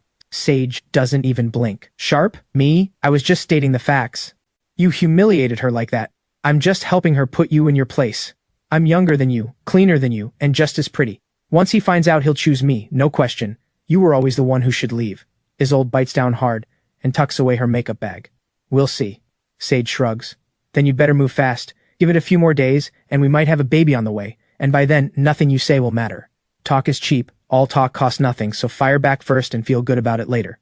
Isolde fixes Sage with a long, hard stare, says nothing, and walks out of the restroom without a word. Sage smiles faintly, dries her hands, and follows. CEO's office. Watching these two show up together again, my head is already pounding. Do you two have nothing better to do? Isolde shakes her head. I've officially joined as your personal assistant. I'm waiting for your orders. Sage cuts in. I'm your personal assistant. Everything should go through me. I press a hand to my forehead. My personal assistant is Reeve. He's just on leave right now. Do you both understand? Isolde nods. I know your daily routines. I can be your lifestyle assistant, handling everything at home. Sage steps forward. I'm your girlfriend. I can take care of you just fine. You don't need her for that. I slap the table. Both of you, enough. I can take care of myself. I don't need a lifestyle assistant, and I am not your boyfriend. I don't need either of your help. Now get out, both of you. Both women exchange a glance, let out a cold huff, and leave together. Then it hits me.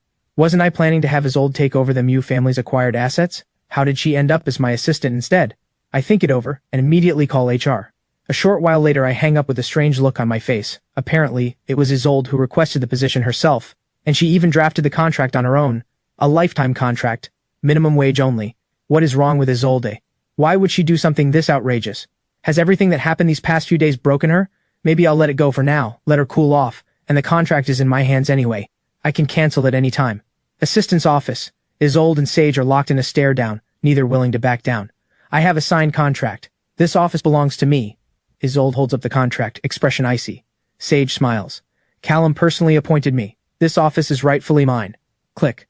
A staff member suddenly pushes the door open with a stack of files. I need an assistant to handle these documents, please. Isolde speaks first. Just give them to me. I'll handle it. But Sage moves faster, darting to the door to take the entire stack. I've got them. You can head back now. Watching Sage hug the whole pile to her chest, Isolde's eyes flash with contempt. It's your first day here. Can you even read any of this? Sage just smiles. If I can't, I'll learn. Did you understand everything on your first day? Isolde rolls her fingers together, chin tilted up slightly. I've been helping him manage simple documents since 5 years ago, and 3 years ago I moved into the SI estate full-time. He taught me a lot about how things work, and I've personally handled many major projects. My experience far outweighs yours. You'd do better to just step aside before you make a mistake you can't afford to own. Sage's eyes dart around. Then she drops the entire stack on the desk. Fine then, since you love playing assistant, I'll leave all of this to you. Starting today, I'll be in charge of making Callum's coffee every morning and giving him shoulder massages to help him unwind. And just like that, Sage actually walks out, heading straight for the coffee station. Isolde stands there, stunned. She's realizing she may not have much leverage over this Sage at all, and Sage isn't wrong. Sage holds way too many advantages. In terms of public image alone, she completely overshadows Isolde. Isolde is still stuck in the middle of a PR storm, while a clean record 19-year-old college girl compared to her, the runaway bride who never followed through, the gap is painfully obvious. All she'd done was let a little rebellious impulse get the better of her. So how did the whole game fall apart like this? If Callum had just been upfront from the start about not liking Gloria, she would have stopped all this nonsense. But she never understood. Callum was clearly unhappy, clearly hated what she was doing, so why did he never say a word? Not even a hint of anger. He stayed completely composed from start to finish, always smiling at her no matter what. And that kept making her think Callum was just tolerating her, which pushed her to keep testing his limits, until Callum finally settled the score. Now she understands. The more he had indulged her, the more ruthless the reckoning would be. In less than 12 hours, Callum stripped away everything he'd ever given her and severed every tie between them. Her question yesterday, what identity she could possibly use to stay by his side, seems to have found its answer. She'd always thought he was the one holding her in place, but it was the other way around. She was the one clinging to him. The moment those titles slipped away, rivals came rushing in one after another. How is she supposed to take back what was always hers? Ring ring. Her phone goes off. Isolde picks up, pressing accept. Isolde, sweetheart, how did things go with Callum? Did he agree to let the Mew family off?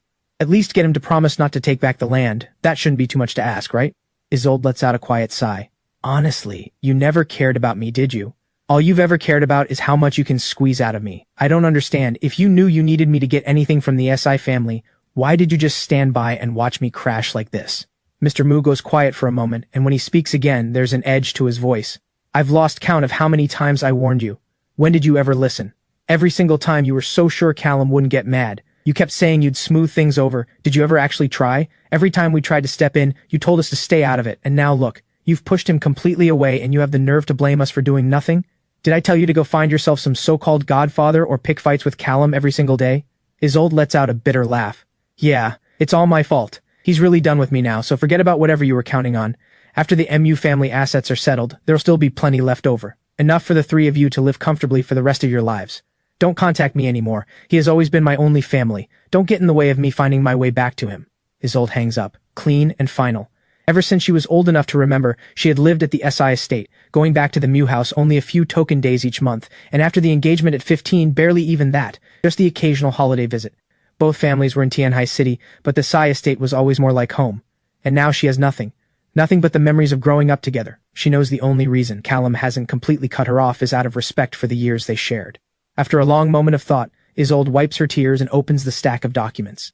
If she can show him more of what she's capable of, more value, maybe she can raise herself just a little in his eyes. Meanwhile, Sage finds she can't quite harden her heart and walks back into the assistant's office with a cup of coffee. I don't even know why I dislike you as much as I do, but I still want to say this. Some fights aren't worth having. I have a strong feeling he's not going to end up with you, and he's definitely not going to end up with me. Something buried deep inside Isolde stirs at those words, and her expression darkens. The reason she became so defiant, constantly provoking Callum and making things difficult, all traces back to one person, Ren. The three of them grew up together, but Callum always gave Ren more of his attention and care. Isolde understood. Ren had mental limitations, so of course Callum would look after her more. But ever since Ren hit 13 and started blossoming fast, Isolde's sense of threat only kept growing. Ren is honestly stunning. On anyone else, that childlike simplicity might be a flaw, but on Ren, it just makes her more endearing, more impossible not to adore. And because of that, Isolde started trying a different approach with Callum. All she really wanted was more of his attention. But yesterday she found out the truth. Callum had been grooming her to be the lady of the house since they were children. She was the one he'd always favored. Looking back now, she really was hopeless. Maybe you're right, but I still want to try. I never thought losing him would hurt this much. It might be pointless, but at least I'll have fewer regrets if I tried. Isolde refuses to give up. She wants one more shot. Sage smiles. You know what? I think I like you a little more now. Maybe we should actually sit down and talk sometime. And hey, if you happen to teach me something useful along the way, that'd be even better. Isolde studies Sage for a long moment. Sage, I finally remembered. You're last year's top scorer on the National College exam from Tianhai. I saw your photo on the incoming student board. I just didn't expect you to look this radiant in person. Come to think of it, I'm actually your senior. Sage shrugs, smiling lightly. I just remembered too. Senior Isolde, the real academic star of Tianhai University, and the campus beauty queen no less. I just don't get it. How did someone like you end up here? Isolde shakes her head. I finally understand what that saying means. The ones who are loved feel fearless, and those who can't have what they want are always restless. If you want to learn, stay. I'll teach you. But my condition stands. Don't go after him. Sage hesitates, then nods, because right now, paying off her debts is her top priority, and she doesn't have strong feelings for Callum anyway. They've only known each other for a day, and her whole standoff with Isolde was just a random brain fart. Meanwhile, at the SI estate, Ren, crouching in the grass chasing bugs, suddenly freezes. Ding! Plot deviation detected. Unbind progress increased by 10%. Current unbind progress, 85%. How is this happening? Ren is completely lost. Did the plot shift again? I'm done for, I'm so tired, just let the world end. Then Ren's eyes roll back, and she faceplants straight into the grass, out cold. Club Mize, very important person lounge. I'm slouched on the sofa, completely bored out of my mind. Sure, closing a small deal somewhere like this? That I get. But the reason I'm here today is to negotiate with FU Group, a deal worth hundreds of billions, and the man across from me is one of the sharpest in the younger FU generation, Felix Fu. This guy looks maybe 2 or 3 years older than me, and like me, he's one of Tianhai City's distinguished young leaders, both of us representing billion-dollar empires. The difference is, I inherited a few billion from the SI family to start with, but everything I've built to this scale, every bit of it, I built from the age of 10. Felix got here by inheriting. The Fu family has more money than the SI family, sure, but everything I, Callum Sai, have is truly mine. And the Fu family? Lots of people, lots of complications, can't help it, that's just how it is when money flows easy in this world. Besides, I'm basically playing on cheat codes, reincarnated with my past life memories intact. I took a few things from my previous life and brought them here. That's what you call operating on a completely different level. Hey, young Master Sai, why aren't you drinking? Maybe it's because I look bored, because some rich kid nearby slides over to join me. I smile. I'm allergic to alcohol. You all enjoy, don't worry about me. The moment they hear that, the others completely lose interest in me. Fair enough. Round after round they drink themselves completely wasted, then get safely packed into their respective cars by bodyguards and drivers, leaving just me and Felix behind. Mr. Fu, the drinks are winding down. Shouldn't we get to business? Felix is a little tipsy, and waves a hand saying, working with you would be an honor for FU Group. But the profits split. I think it needs adjustment. We at FU Group. He trails off. Long story short. Not satisfied, not signing. I shake my head, resigned. Felix really is a talented businessman, worthy of the empire he inherited. But he's still too young, lacking long-term strategic vision. My proposal is built around returns 5 years out. Felix can see maybe 3. For someone in his mid-20s, that's genuinely impressive. Not everyone can be like me, carrying 30-plus years of business experience at 20. If Mr. Fu doesn't see value in this project, I'll have to look elsewhere. Over in Huzhou, there are a few firms with the same technology. I'll swing by when I have time. Enjoy your evening, Mr. Fu. I stand and head for the door. Honestly, the way I'd imagined this, Fu Group should have been the one coming to me. What a shame. Felix grabs my arm. Wait, I think there's still room to talk. I shake him off. I don't think Mr. Fu has the capability or the vision to handle a project of this scale, so I'd rather find a more suitable partner. Felix gets to his feet, swaying slightly.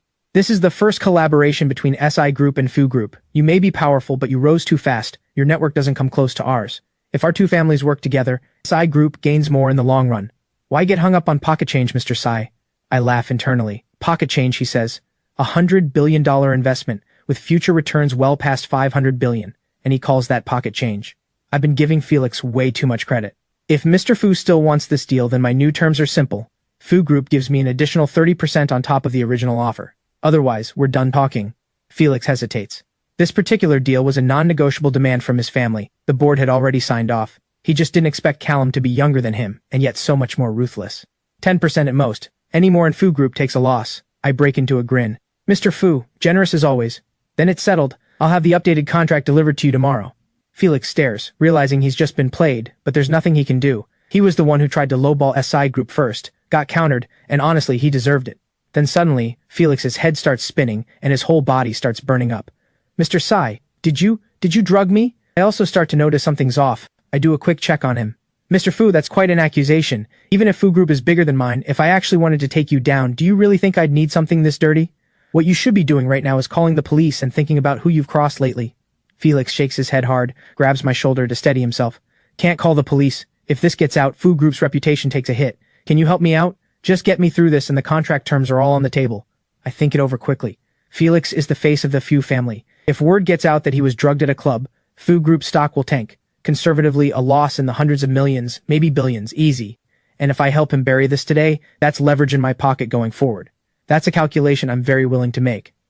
I'm just about to agree when a woman bursts through the door. The VP had too much to drink. I'm a friend of his. Let me take him. She even shoves a stack of cash in my direction. I blink. This woman just mistook me for a waiter. But isn't the timing a little too convenient? Felix gets drugged, and a woman shows up immediately after? Is this some kind of setup? Though honestly, a billionaire CEO as good-looking as Felix having women come after him is completely expected. And if a kid comes out of this, well, that's even more interesting. With that thought, I change my mind on the spot, pocket the cash, and smile. If you're a friend of Mr. Fu's, then I can leave him in good hands. Just remember my cut once things go smoothly. The woman's face drains of color. Who are you? How do you know? I just shake my head and hand Felix over. Take him. I'll collect what I'm owed when the time comes. We both get what we want, you know what I mean. The woman glances at Felix, then back at me, and something in her eyes hardens. Fine. I'll remember you. Once it's done, you'll be well rewarded. I wave her off with a grin. Go now. Any longer and you might actually kill the man. She startles and rushes out supporting Felix. Once everyone's gone, I follow them out and watch as Felix gets led into the restroom at the end of the corridor, and then the woman bolts. I'm genuinely confused. She just got him into the room, so why did she run? She's not trying to kill him, is she? But this guy just agreed to sign. If he dies here, that's a loss I can't afford either. I head over to check, and right as I reach the door, I see Felix staggering out on his own. Mr. Sai, save me. Every hair on my body stands on end. There is no way I'm getting involved in something like this. Better to call the police and get him to a hospital and clear my own name while I'm at it. Excuse me, sir. I'm here to clean the restroom. A pleasant voice comes from behind me. I turn around and see a girl who looks about 18 or 19 in a staff uniform, holding a mop and cloth. Felix has clearly hit his limit. Eyes glazed and fixed on the girl, he lunges. I move fast, grabbing Felix by the collar. That's not happening. Touch her and it's a crime. If you go through with it, I become an accomplice. The girl jumps back in fright and ducks behind me. Sir, is he drunk? I think for a moment. He was drugged. Do you know anyone in this club who arranges that kind of thing? She blinks, then shakes her head. Today's actually my first shift. I don't know where to find that, but I can ask my coworkers if you'd like. No need to ask anyone. I'm his fiancée. I'm here to take him home.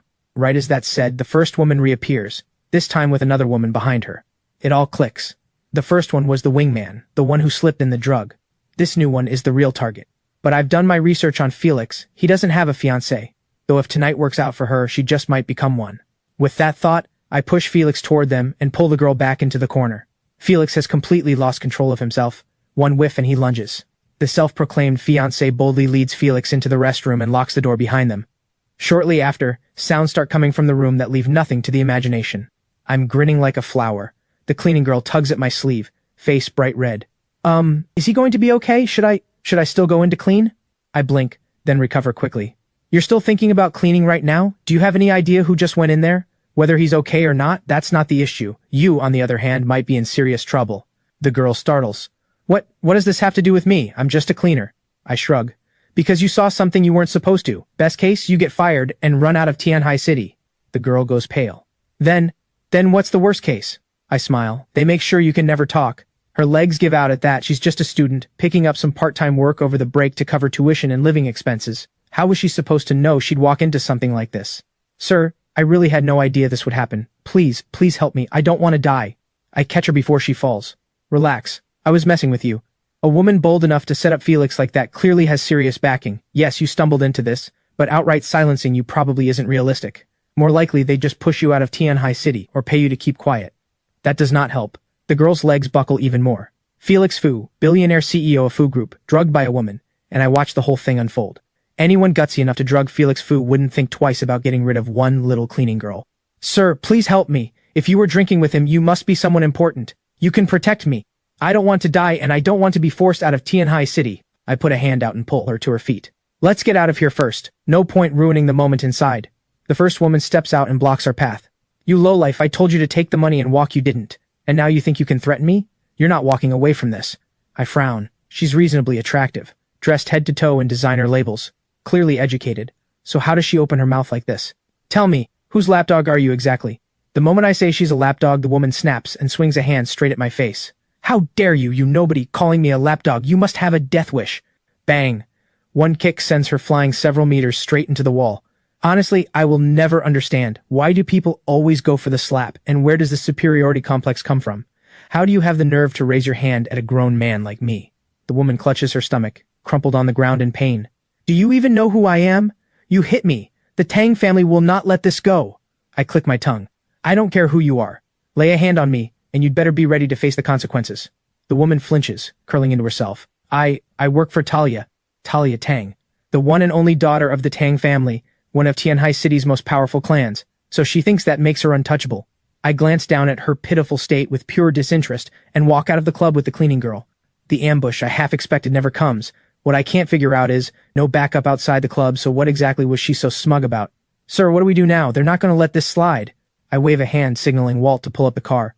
People who climb by, drugging their way to the top. Small-time nobodies, not worth my time. If you're scared, you can come work at my place. Mrs. Wang left, and there are rooms in the main hall that need cleaning.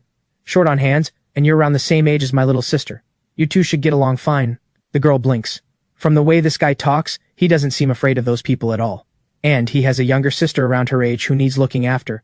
And earlier, he'd instinctively grabbed Felix to shield her without even thinking, which says something about his character. Working at his place sounds a lot safer than being out here at clubs. With that, she nods. Thank you, sir. I'll work hard, I promise. The reason I'm bringing this girl along has nothing to do with being generous. It's simply because I need another witness. Someone I can use as leverage when dealing with Felix and Talia down the road.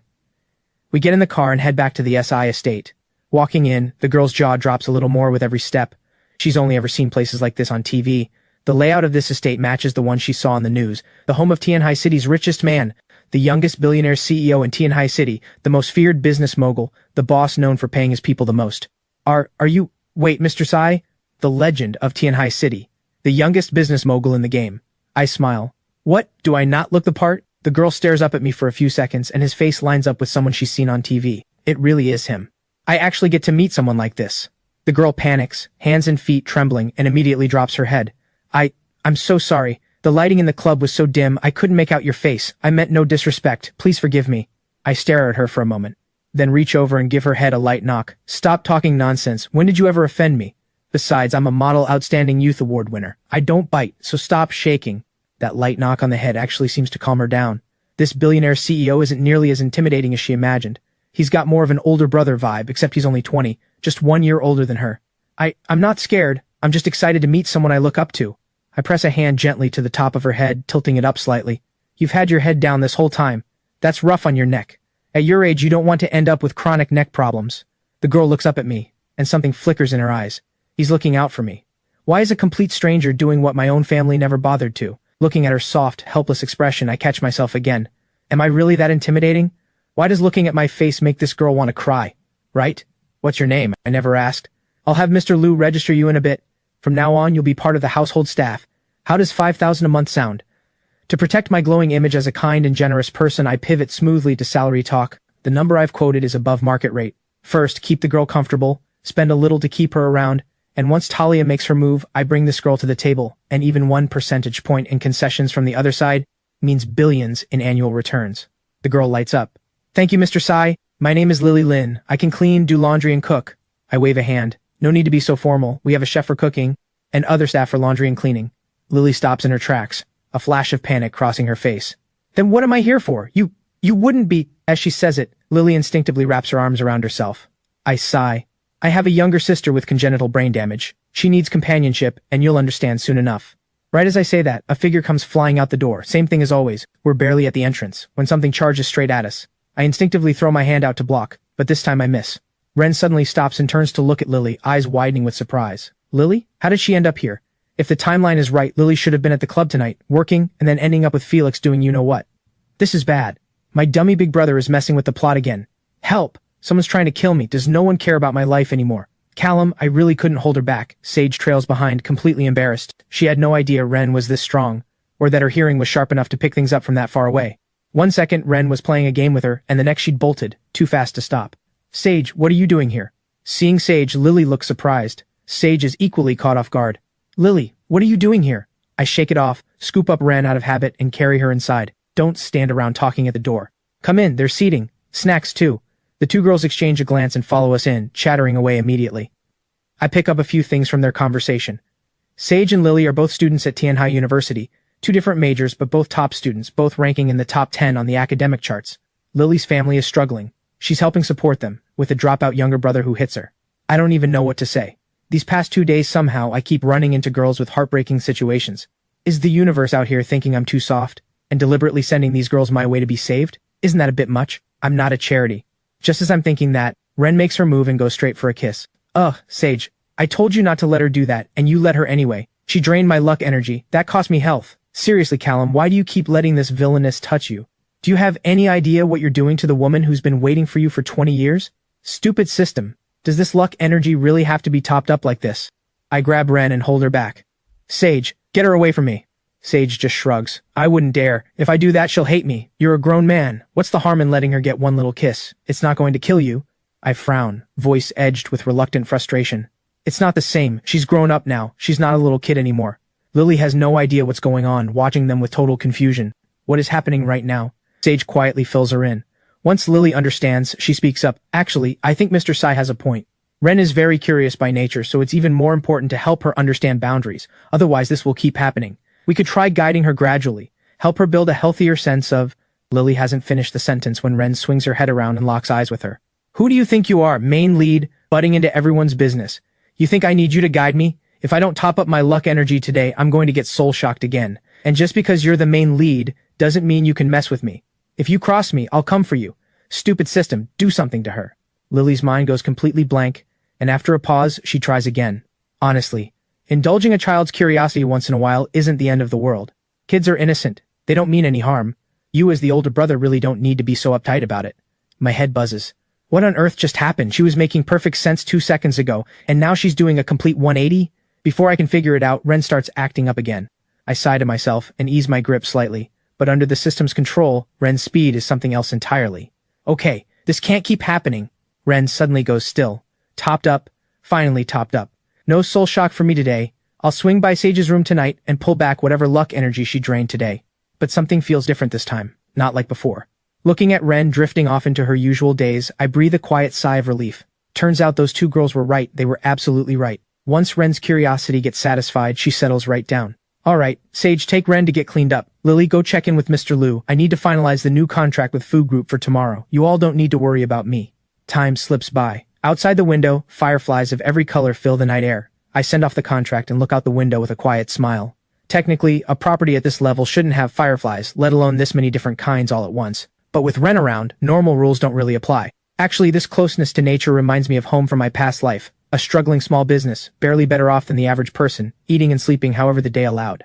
I stretch out my limbs and head back to the living quarters. First floor master bedroom. I push open the door and head straight to the bathroom on the right. 10 minutes later, I step out of the bathroom and round the corner into the main room, and the lights suddenly blaze on. You, don't come any closer! Sage is sitting bolt upright in bed, clutching a remote control, pointing it at me. Then her face goes scarlet and she dives under the covers. I blink and glance down at my very undressed self, and yeah, that's a little awkward. But when you've mentally lived for decades, embarrassment passes quickly, and I calmly go to grab some clothes from the wardrobe. A few minutes later, I pull back the covers and haul Sage upright. Explain, why are you in here? Sage stares at me wide-eyed. Isn't this the room you gave me? Do you have memory problems or something?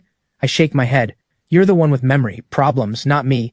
We talked about this at the office. We agreed to switch rooms going forward, so I'll ask again, why are you in here? Sage's expression goes blank. They did agree to that. But the office had been so hectic, and there was the whole back and forth with Isolde. How was she supposed to remember? But can you at least let go of my neck first? I drop Sage back onto the bed. Give me one good reason. Sage's mind flashes back to the sight from moments ago, and her face gets redder by the second. I forgot, and I thought this room had, something in it, and I was scared, so I just... After hearing that, I laugh. She's been convinced this room is haunted. Something unclean lurking in the dark, so when I came back and the shower woke her, this little scene was inevitable. Alright, go upstairs to sleep and make sure the windows are locked. By the way, where's Ren? Sage thinks for a moment. She tired herself out playing with Lily, so I figured I'd let her sleep over there instead of disturbing her. I nod and send Sage on her way. As long as I'm not the one who's embarrassed, then Sage gets to carry all of it. Left with no choice, Sage heads upstairs, face still burning. Lying in the bed Callum had slept in, she tosses and turns, unable to sleep. His scent is everywhere and she can't stop noticing it. In the middle of the night, a white figure pads barefoot across the main hall without a sound, stopping just outside the first floor master bedroom. Click. A soft sound, and the white figure slips inside. In the room, every hair on my body stands up. Cold sweat soaks through the sheets instantly. Half asleep, I watch the white shape gliding slowly toward the bed. Good lord, this house really is haunted. I'm quietly panicking, forcing myself calm, fists clenched under the blanket. No wonder Isolde lost it after staying here, and Sage went a little off after just one night. Now it's my turn. Look at me, seriously. What a fool. Reincarnated into a whole new world with all your memories intact, and still refusing to believe in the supernatural. Well, the skeptic finally meets his ghost. Then my nose twitches. That smell? Ren? The moment that clicks, I bolt upright and grab the white figure. Ren yelps in shock, entire body freezing up. The system had sent her to find Sage and recover a contract. She had absolutely not expected something to come launching off the bed at her, but quickly she realizes it's Callum, and the panic vanishes instantly. My mind is already racing, piecing it together fast. I was the one who told Ren to sleep in Sage's room going forward, but I never mentioned the room swap to Ren. She must have woken up at Lily's room and come looking for Sage. Hey, you okay? Did I scare you? I switch on the light and smooth out Ren's messy hair, a quiet worry settling in. This girl already has her limitations. If she gets genuinely frightened on top of that, that could be a real problem. Ren blinks up at me with her usual vacant expression. You really are the best, Callum. I almost died of fright just now. What are you even doing sleeping in Sage's room for no reason? Are you out of your mind? Seeing that Ren is fine, I let out a long breath, settle her into the bed, pull the covers up, and breathe lightly on her forehead. Nothing to be scared of. I'm here. Now close your eyes, and when you wake up you won't even remember this. Ren obediently closes her eyes. Honestly, what a clueless big brother. I specifically wrote him to be an obsessive type, and after all these years, obsession is nowhere to be found. All I see is someone genuinely sweet and a little dense. Is my writing just that bad? Did I just fail to bring the character to life? And why do I have this strange feeling I can't shake? I pat the blanket gently and wait for Ren to drift off, then settle into the hanging chair behind the window ledge. This chair was installed 3 years ago, when Isolde moved in. She'd asked for it, saying it was the perfect spot to soak in the moonlight and morning sun, though after that she barely came back at all. The chair looks almost brand new. The people of yesterday, you can never get them back. Crack! At the abandoned factory on the east side, Isolde snaps back the whip and yanks the cloth from Gloria's mouth. This is what happens when you try to run. I've told you so many times, why won't you ever listen? Gloria's body is covered in welts. She lets out a hollow laugh. My fault for being blind enough to ever agree to work with a freak like you. No wonder Callum walked away. Who could put up with someone like you? Isolde's eyes go cold. If you hadn't kept stirring things up, my rebellious streak never would have gone this far. Without you, I'd be the lady of the Sai estate right now, the most respected woman in Tianhai City. All of this is because of you. Crack. Isolde loses her temper and brings the whip down again. Gloria grits her teeth and takes it. No, you did this to yourself. Every time I told you to patch things up with Callum, I meant it sincerely. But your own biases wouldn't let you hear anyone speak well of Callum in front of you. Deep down, you'd already decided Callum was the villain. Rotten to the core, you twisted every honest word I ever said to fit that story. You are the sick one. A self-absorbed control freak who lives in her own manufactured reality, who never once saw other people as real. What gave you the right to make me your accessory? I am not your property. I am a person. A real, living, human being. Isolde's eyes go wide, and she fires back. That's not what I did. I just saw that you were both people in difficult situations. I helped you earn money, and in return you helped support me and Callum emotionally. That's a fair exchange, a fair deal. What's wrong with coming into the SI family with me? He lost his parents when he was little. By his early teens he was already holding up an entire family empire, and on top of that looking after a sister who can't care for herself. He has it so hard. Why wouldn't you want to give him a little sense of home and warmth? If he had siblings, would he really have to carry so much alone? Gloria stares at her, completely breaking down inside. How does a human being even say something like this? So because he has it hard, I'm supposed to walk in and give him warmth and a sense of home? He's sitting on a fortune and never gave me a single cent. He doesn't have brothers, and has to look after a sister with brain damage. So what does any of that have to do with me? Isolde, enough. Haven't you ever stopped to wonder why every single plan you cooked up against Callum has failed without exception? Isolde laughs coldly. Because he doesn't care about me as much as I imagined. I figured that out a long time ago. Gloria's lips curl, and she lets out a sharp laugh. You are so pitiful. You fool. You will never actually know the real reason. Isolde goes still for a moment, drops the whip. Tell me, I might be willing to go easier on you. Gloria's mind works fast. Her life depends on it. Wake up, Isolde. The reason you keep failing, it isn't that he didn't love you enough. It's that you didn't love him enough. You thought I could be your puppet, pulled in whatever direction you wanted. Do you honestly think Callum is any different? From the moment we signed that agreement, from the day you brought me to meet him, he had already decided not to love you, because you are not someone worthy of being loved. You are not right in the head. Someone who hides behind the mask of love. Every time you couldn't have what you wanted, you never dared get angry at him, never dared question him, so you made me the substitute you took it out on. After beating me, tormenting me, you'd feel guilty and torment yourself. You sent me to kneel at sacred sites across the country to pray for him. Thinking that would somehow wash away your guilt. You are nothing but a self-deceiving freak, and it is pathetic. Crack. Isolde snaps, and slaps Gloria hard across the face. Shut up. That's not how it is. You don't know how much he loves me, and you have no idea how much I love him. I can't even bring myself to raise my voice when I talk to him. How could I possibly confront him or hurt him? It was an honor for you to take the punishment meant for him. I gave you food, clothing, lent you so much money. All of it his money. Used to send you out praying for his health and safety. What exactly is wrong with that? Gloria completely loses it inside. This woman is genuinely terrifying. She has to find a way out. Gloria is absolutely certain this unstable woman will kill her just to make things right with Callum. That's garbage. If you actually loved him, I would never have existed in this picture. He does love you. That part is real. The wild energy in Isolde begins to slowly fade. You said he loves me? You're not lying to me? Seeing that her words are landing, Gloria breathes a quiet sigh of relief. Yes, he loves you. He always spoiled you, and even now he still can't fully let go. Have you ever thought about this? Why is it that all these years Callum has never had another romantic interest? Someone as brilliant and magnetic as him, wherever he went, women would have come running, but he turned every single one of them away for you. He is someone with real integrity and a genuine sense of responsibility, and you wasted all of that. But the good news is he still has deep feelings for you, and if you let me go right now, I can show you how to win back his favor. The wild look in Isolde's eyes pauses, and quickly shifts back to something controlled. You actually have a plan? Gloria spits out a mouthful of blood. Let me go, and I'll find a way to bring him back to you. Isolde reaches behind her back, pulls out a dagger without a second thought, and drives it into Gloria's shoulder. First, one arm out of commission. If you try to fool me, you won't survive it. Gloria bites through the pain, mind already calculating.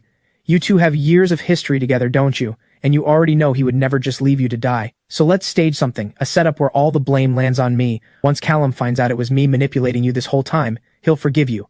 I'll stir things up, put you both through a near-death experience, and he'll come running back to you. Isolde's eyes light up. If she can use Gloria to get them to bury the past and survive something intense together, Callum values loyalty and emotion deeply, so he'd have to forgive her. And at the very least, he wouldn't hate her. With that settled in her mind, she immediately starts working out the details with Gloria. The next day, Callum Group Headquarters Assistant's office. Sage doesn't see Isolde anywhere, and something feels off. Assistant Sage, Fu Group has sent notice. The VP will be coming in to sign a contract with the CEO. Please prepare accordingly. Sage is still puzzling over Isolde's absence when the notification comes through, and she freezes completely. This is only her second day on the job. She has no idea how to handle this. This is a formal signing between two billionaire-level CEOs. The scale of it alone is overwhelming, and she can't even picture it. What does she do? She calls Isolde. Immediately the line is dead. Panic rising, I push open the door and walk in. Sage gives an awkward smile. I've never dealt with anything like this. I'm really sorry. I shake my head. It's just a contract signing. Find a quiet space, have tea ready, that's it. Callum Group doesn't bow to anyone in this city. Got it? Sage nods slowly, still processing. She's a 19-year-old student. How would she know any of this? She doesn't even know the full extent of the rivalry between SI Group and FU Group. But having me say it directly is enough to settle her nerves. The signing is arranged to take place in the coffee shop downstairs. When I see Felix, even I'm caught off guard. He looks terrible, pale as a sheet, bruised around the eyes, and a hollow look in his gaze. Mr. Sai, you really did me dirty. Hearing that, I chuckle. Mr. Fu, what are you talking about? When have I ever done anything to you? Felix glances around, spots the woman standing beside me, and turns red with embarrassment. I read the situation, wave a hand, and tell Sage, go let the owner know, we're taking the whole place. Anyone still here gets double compensation. Sage takes that as her cue, and immediately starts clearing people out. She's not blind or deaf. Clearly, Felix wants privacy right now and she's in the way. If this billion-dollar deal falls through because of her, no amount of selling herself would cover the loss. Once everyone clears out, Felix finally exhales. Last night, didn't I ask you to help me? How did you just leave? I play dumb. Your fiancé came to pick you up. What reason did I have to stick around and get involved? Felix sighs. Look, about the fiancé thing, I do have a childhood engagement with the Tang family, but the girl went missing when she was very young. Last night that woman was Talia Tang, the Tang family's adopted daughter. She's always wanted to claim that engagement for herself, but I never expected her to go this far. Now she's using it to pressure me into marrying her. What am I supposed to do? I frowned slightly. It's a family alliance. Adopted or biological, all it really takes is a justification. And from what I saw, Talia is attractive and clearly has strong feelings for you. Otherwise she wouldn't have gone to those lengths. Why not just agree to the marriage? What's the point of agonizing over it? Felix lets out a helpless sigh. She doesn't care about me. She just wants the title of Fu family wife. And if I agree, what does that mean for the real Tang daughter who went missing? Isn't that unfair to her? My lips twitch. This guy, I genuinely cannot figure out how Felix became a CEO. Fair or not, the Tang family offers connections and consolidates your position within the Fu family. That's what matters. Unless you've gone and fallen for someone else. Wait, have you ever even met the real Tang daughter? Felix shakes his head. I was 5 when the engagement was made. She had just been born. She went missing by the time she was 5. I've never met her. I don't even know her name. I go quiet for a moment. So you're telling me you're holding on to an engagement for someone you've never met, someone whose name you don't even know, a person who's been missing for years. Are you serious? Do your parents know you're this committed? Felix lets out an awkward laugh. It's not really about her. I just don't like Talia. I take a slow breath and ease my tone. It's a family alliance. You don't have to like her. Talia has the looks, the figure, the family background. What exactly are you not satisfied with? What, she's not enough for you? Because from the look on your face, that's not actually the issue, is it? Felix just looks pained. I just don't like her. I shake my head, genuinely disappointed. For the heir of an empire this size, he is far too ruled by his feelings. For someone at this level to be so hung up on romance, all it would take is one person playing on his emotions and Fu Group would take devastating losses. Partnering with someone like this is extremely risky. Buzz. Before I can say another word, my phone vibrates. It's Isolde's number. I answer. We have Isolde. Get 10 million in cash ready immediately. Come to the abandoned factory on the east side alone to make the exchange. No police, or we end her. I hang up and think for a few seconds. Then I dial emergency services. Someone has been kidnapped. Her name is Isolde Mu. Location is the abandoned factory on the east side. They're demanding 10 million. The Enforcement Bureau receives the report and immediately dispatches a response team. After hanging up, I turn back to Felix. I think I need to seriously reconsider this partnership. You let your feelings run everything, and that makes me doubt your judgment. Felix points at my phone. Wasn't Isolde your ex-fiancée? She's been kidnapped. And you're not worried? I keep my expression steady, though honestly even more done with Felix. First, Isolde and I have a strictly professional relationship at this point. Second, rescuing people is the Enforcement Bureau's job. My presence would do nothing and would only give bad actors an opening to use against me. Our partnership ends here. A word of advice, Mr. Fu. You are not suited to hold real power. Felix gets to his feet. Mr. Sai, I can offer more concessions. Give it another thought? I shake my head. If Fu Group continues to be run by Felix, its future is bleak, and I'm not going to tie myself to a company with no real long-term prospects. No need, Mr. Fu. I have things to attend to. We'll talk another time. I walk out of the coffee shop without hesitation and signal to Walt across the way with a wave. East side. Even though things are done with Isolde, letting her die isn't something I'm willing to do. If it's just money they want, 10 million is within my range. Walt hits the gas. Abandoned factory on the east side. Isolde and Gloria have set the scene. Once Isolde is hoisted up, she asks nervously, will this actually bring him back? Gloria, carefully nodding, checks the tension on the rope and says, trust me, this time Callum will come back to you. Once Isolde is suspended, a strange unease settles in. If you try anything against me, you will not walk away from it.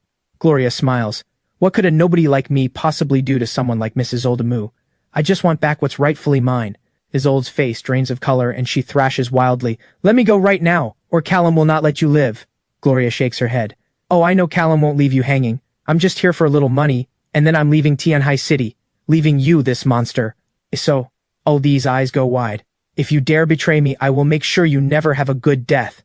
Wah-woo, wah-woo. A wave of sirens floods the air outside the factory, and both Isolde and Gloria freeze. Ha! Isolde, do you see that? Callum called the police. He wouldn't even spend 10 million on you. Think about how good he was to you.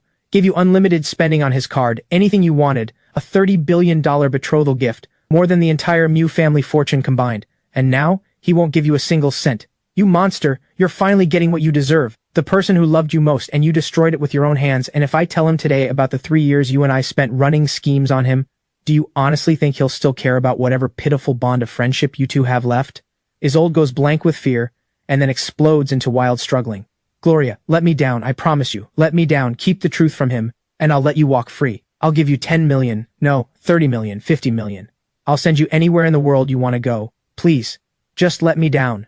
Gloria's expression goes cold. I've been an idiot once already. Do you think I'd be stupid a second time? Your money, I wouldn't dare touch it. What's the point of money if I'm not alive to spend it? And besides, who is Callum Sai? Someone who's been dominating the business world since the age of 10. Do you think the list of people he's ruined is short? I know how ruthless he is. I couldn't even escape your hands. There's no way I'd survive his. He's done with you now, which means you're useless to me. Isolde panics. What are you doing? The Enforcement Bureau is already here. If you hurt me, you're finished. Gloria laughs. Why would I hurt you? I'd like to stay alive, thanks. Why would I choose to die? Did you really think I was as reckless as you? After thoroughly tearing into Isolde, Gloria covers her head with both hands and drops to the floor. The original plan was to extort some money and run. But things had spiraled way beyond what he had bargained for, and he immediately switches strategy. Confess and cooperate. It won't mean a life sentence. This wasn't a real kidnapping, just an elaborate stunt at worst, probably just a verbal warning. As for Isolde's situation, he's ready to lay it all out. At the very least, it would clear his own name with Callum, and put Isolde away for a while.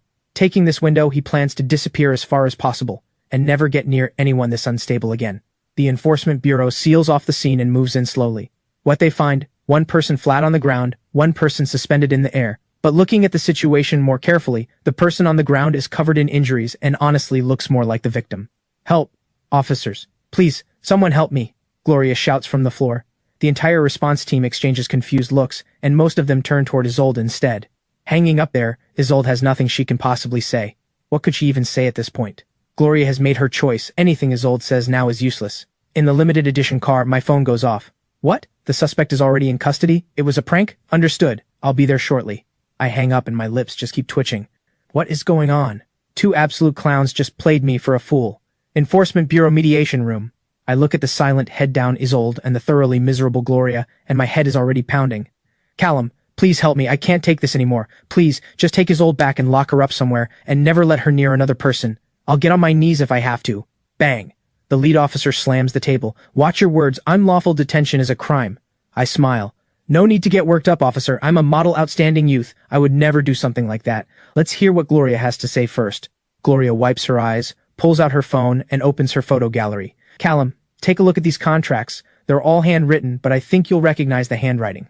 I take the phone, scroll through the gallery, and skim through over 30 contract documents in quick succession, my expression getting stranger by the second. Isolde, the handwriting on every single one of these is yours. I'm the one who taught you how to write. Tell me honestly, did you write these? Isolde can't deny it and gives a small nod. Gloria jumps in immediately. Callum, there are videos below too. Watch all of them. You have no idea how much I've been through because of you. Gone through for me? I pause, then tap play. Every clip is short, clearly recorded in secret, the person behind the camera terrified of being caught. But after nearly 100 clips, the picture is completely clear to me. Just as I thought, Isolde really didn't lie that day. She and Gloria never had anything going on. But what I can't wrap my head around, how does a girl who had everything going for her end up this twisted inside? Did I somehow raise her wrong? I treated her like she was made of glass from the very beginning. Never let anything hurt her, emotionally or otherwise. Her rebellious phase, her difficult attitude. Those I could understand, because I spoiled her. But how did she become genuinely disturbed? Isolde, is this really what all those years together amounted to? The more I think about it, the angrier I get. If the flower had been taken by someone else, I'd be hurt, but I'd understand. Beautiful things always draw attention. A rebellious teenager chasing what she thought was right, that I could have accepted. But now I'm being told the flower was rotten from the start, twisted into something dangerous long ago, and it went out and started hurting people. Isn't that a direct slap to my face? A broken engagement, fine, people would talk for a while. But 20 years of raising someone only to end up with this, they'd never let me forget it. And once this gets out, after people with agendas get through spinning it, my character as Callum Sai will be under fire, and the public fallout on my personal life will be massive. Isolde has nothing to say, head down, completely silent. I take a slow, deep breath. Gloria, I know these past few years have been hard on you, and I'm willing to compensate you. I'm hoping you and Isolde can resolve this privately. Gloria shakes her head. I don't want money, and I'm not pressing charges. All I want is a written guarantee, signed here at the Enforcement Bureau, that neither of you will ever come after me again. Gloria has learned this lesson the hard way. When you're facing a family with this kind of power, A family that practically funds half of Tianhai City's economy every year. Even the enforcement bureau tends to look the other way. Isolde would get a light sentence at best, while Gloria would be the one who gets destroyed. Someone this powerful, who would dare take their money?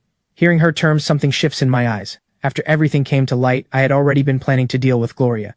But now, I see she's smarter than I gave her credit for. She's been building a paper trail for years. If I move against her now, there's almost certainly more she has in reserve, and that would become a much bigger problem. The guarantee, we can write that. But I'm also giving you compensation. I want you to take that money, find somewhere better to live, and get some help for the damage all of this has done.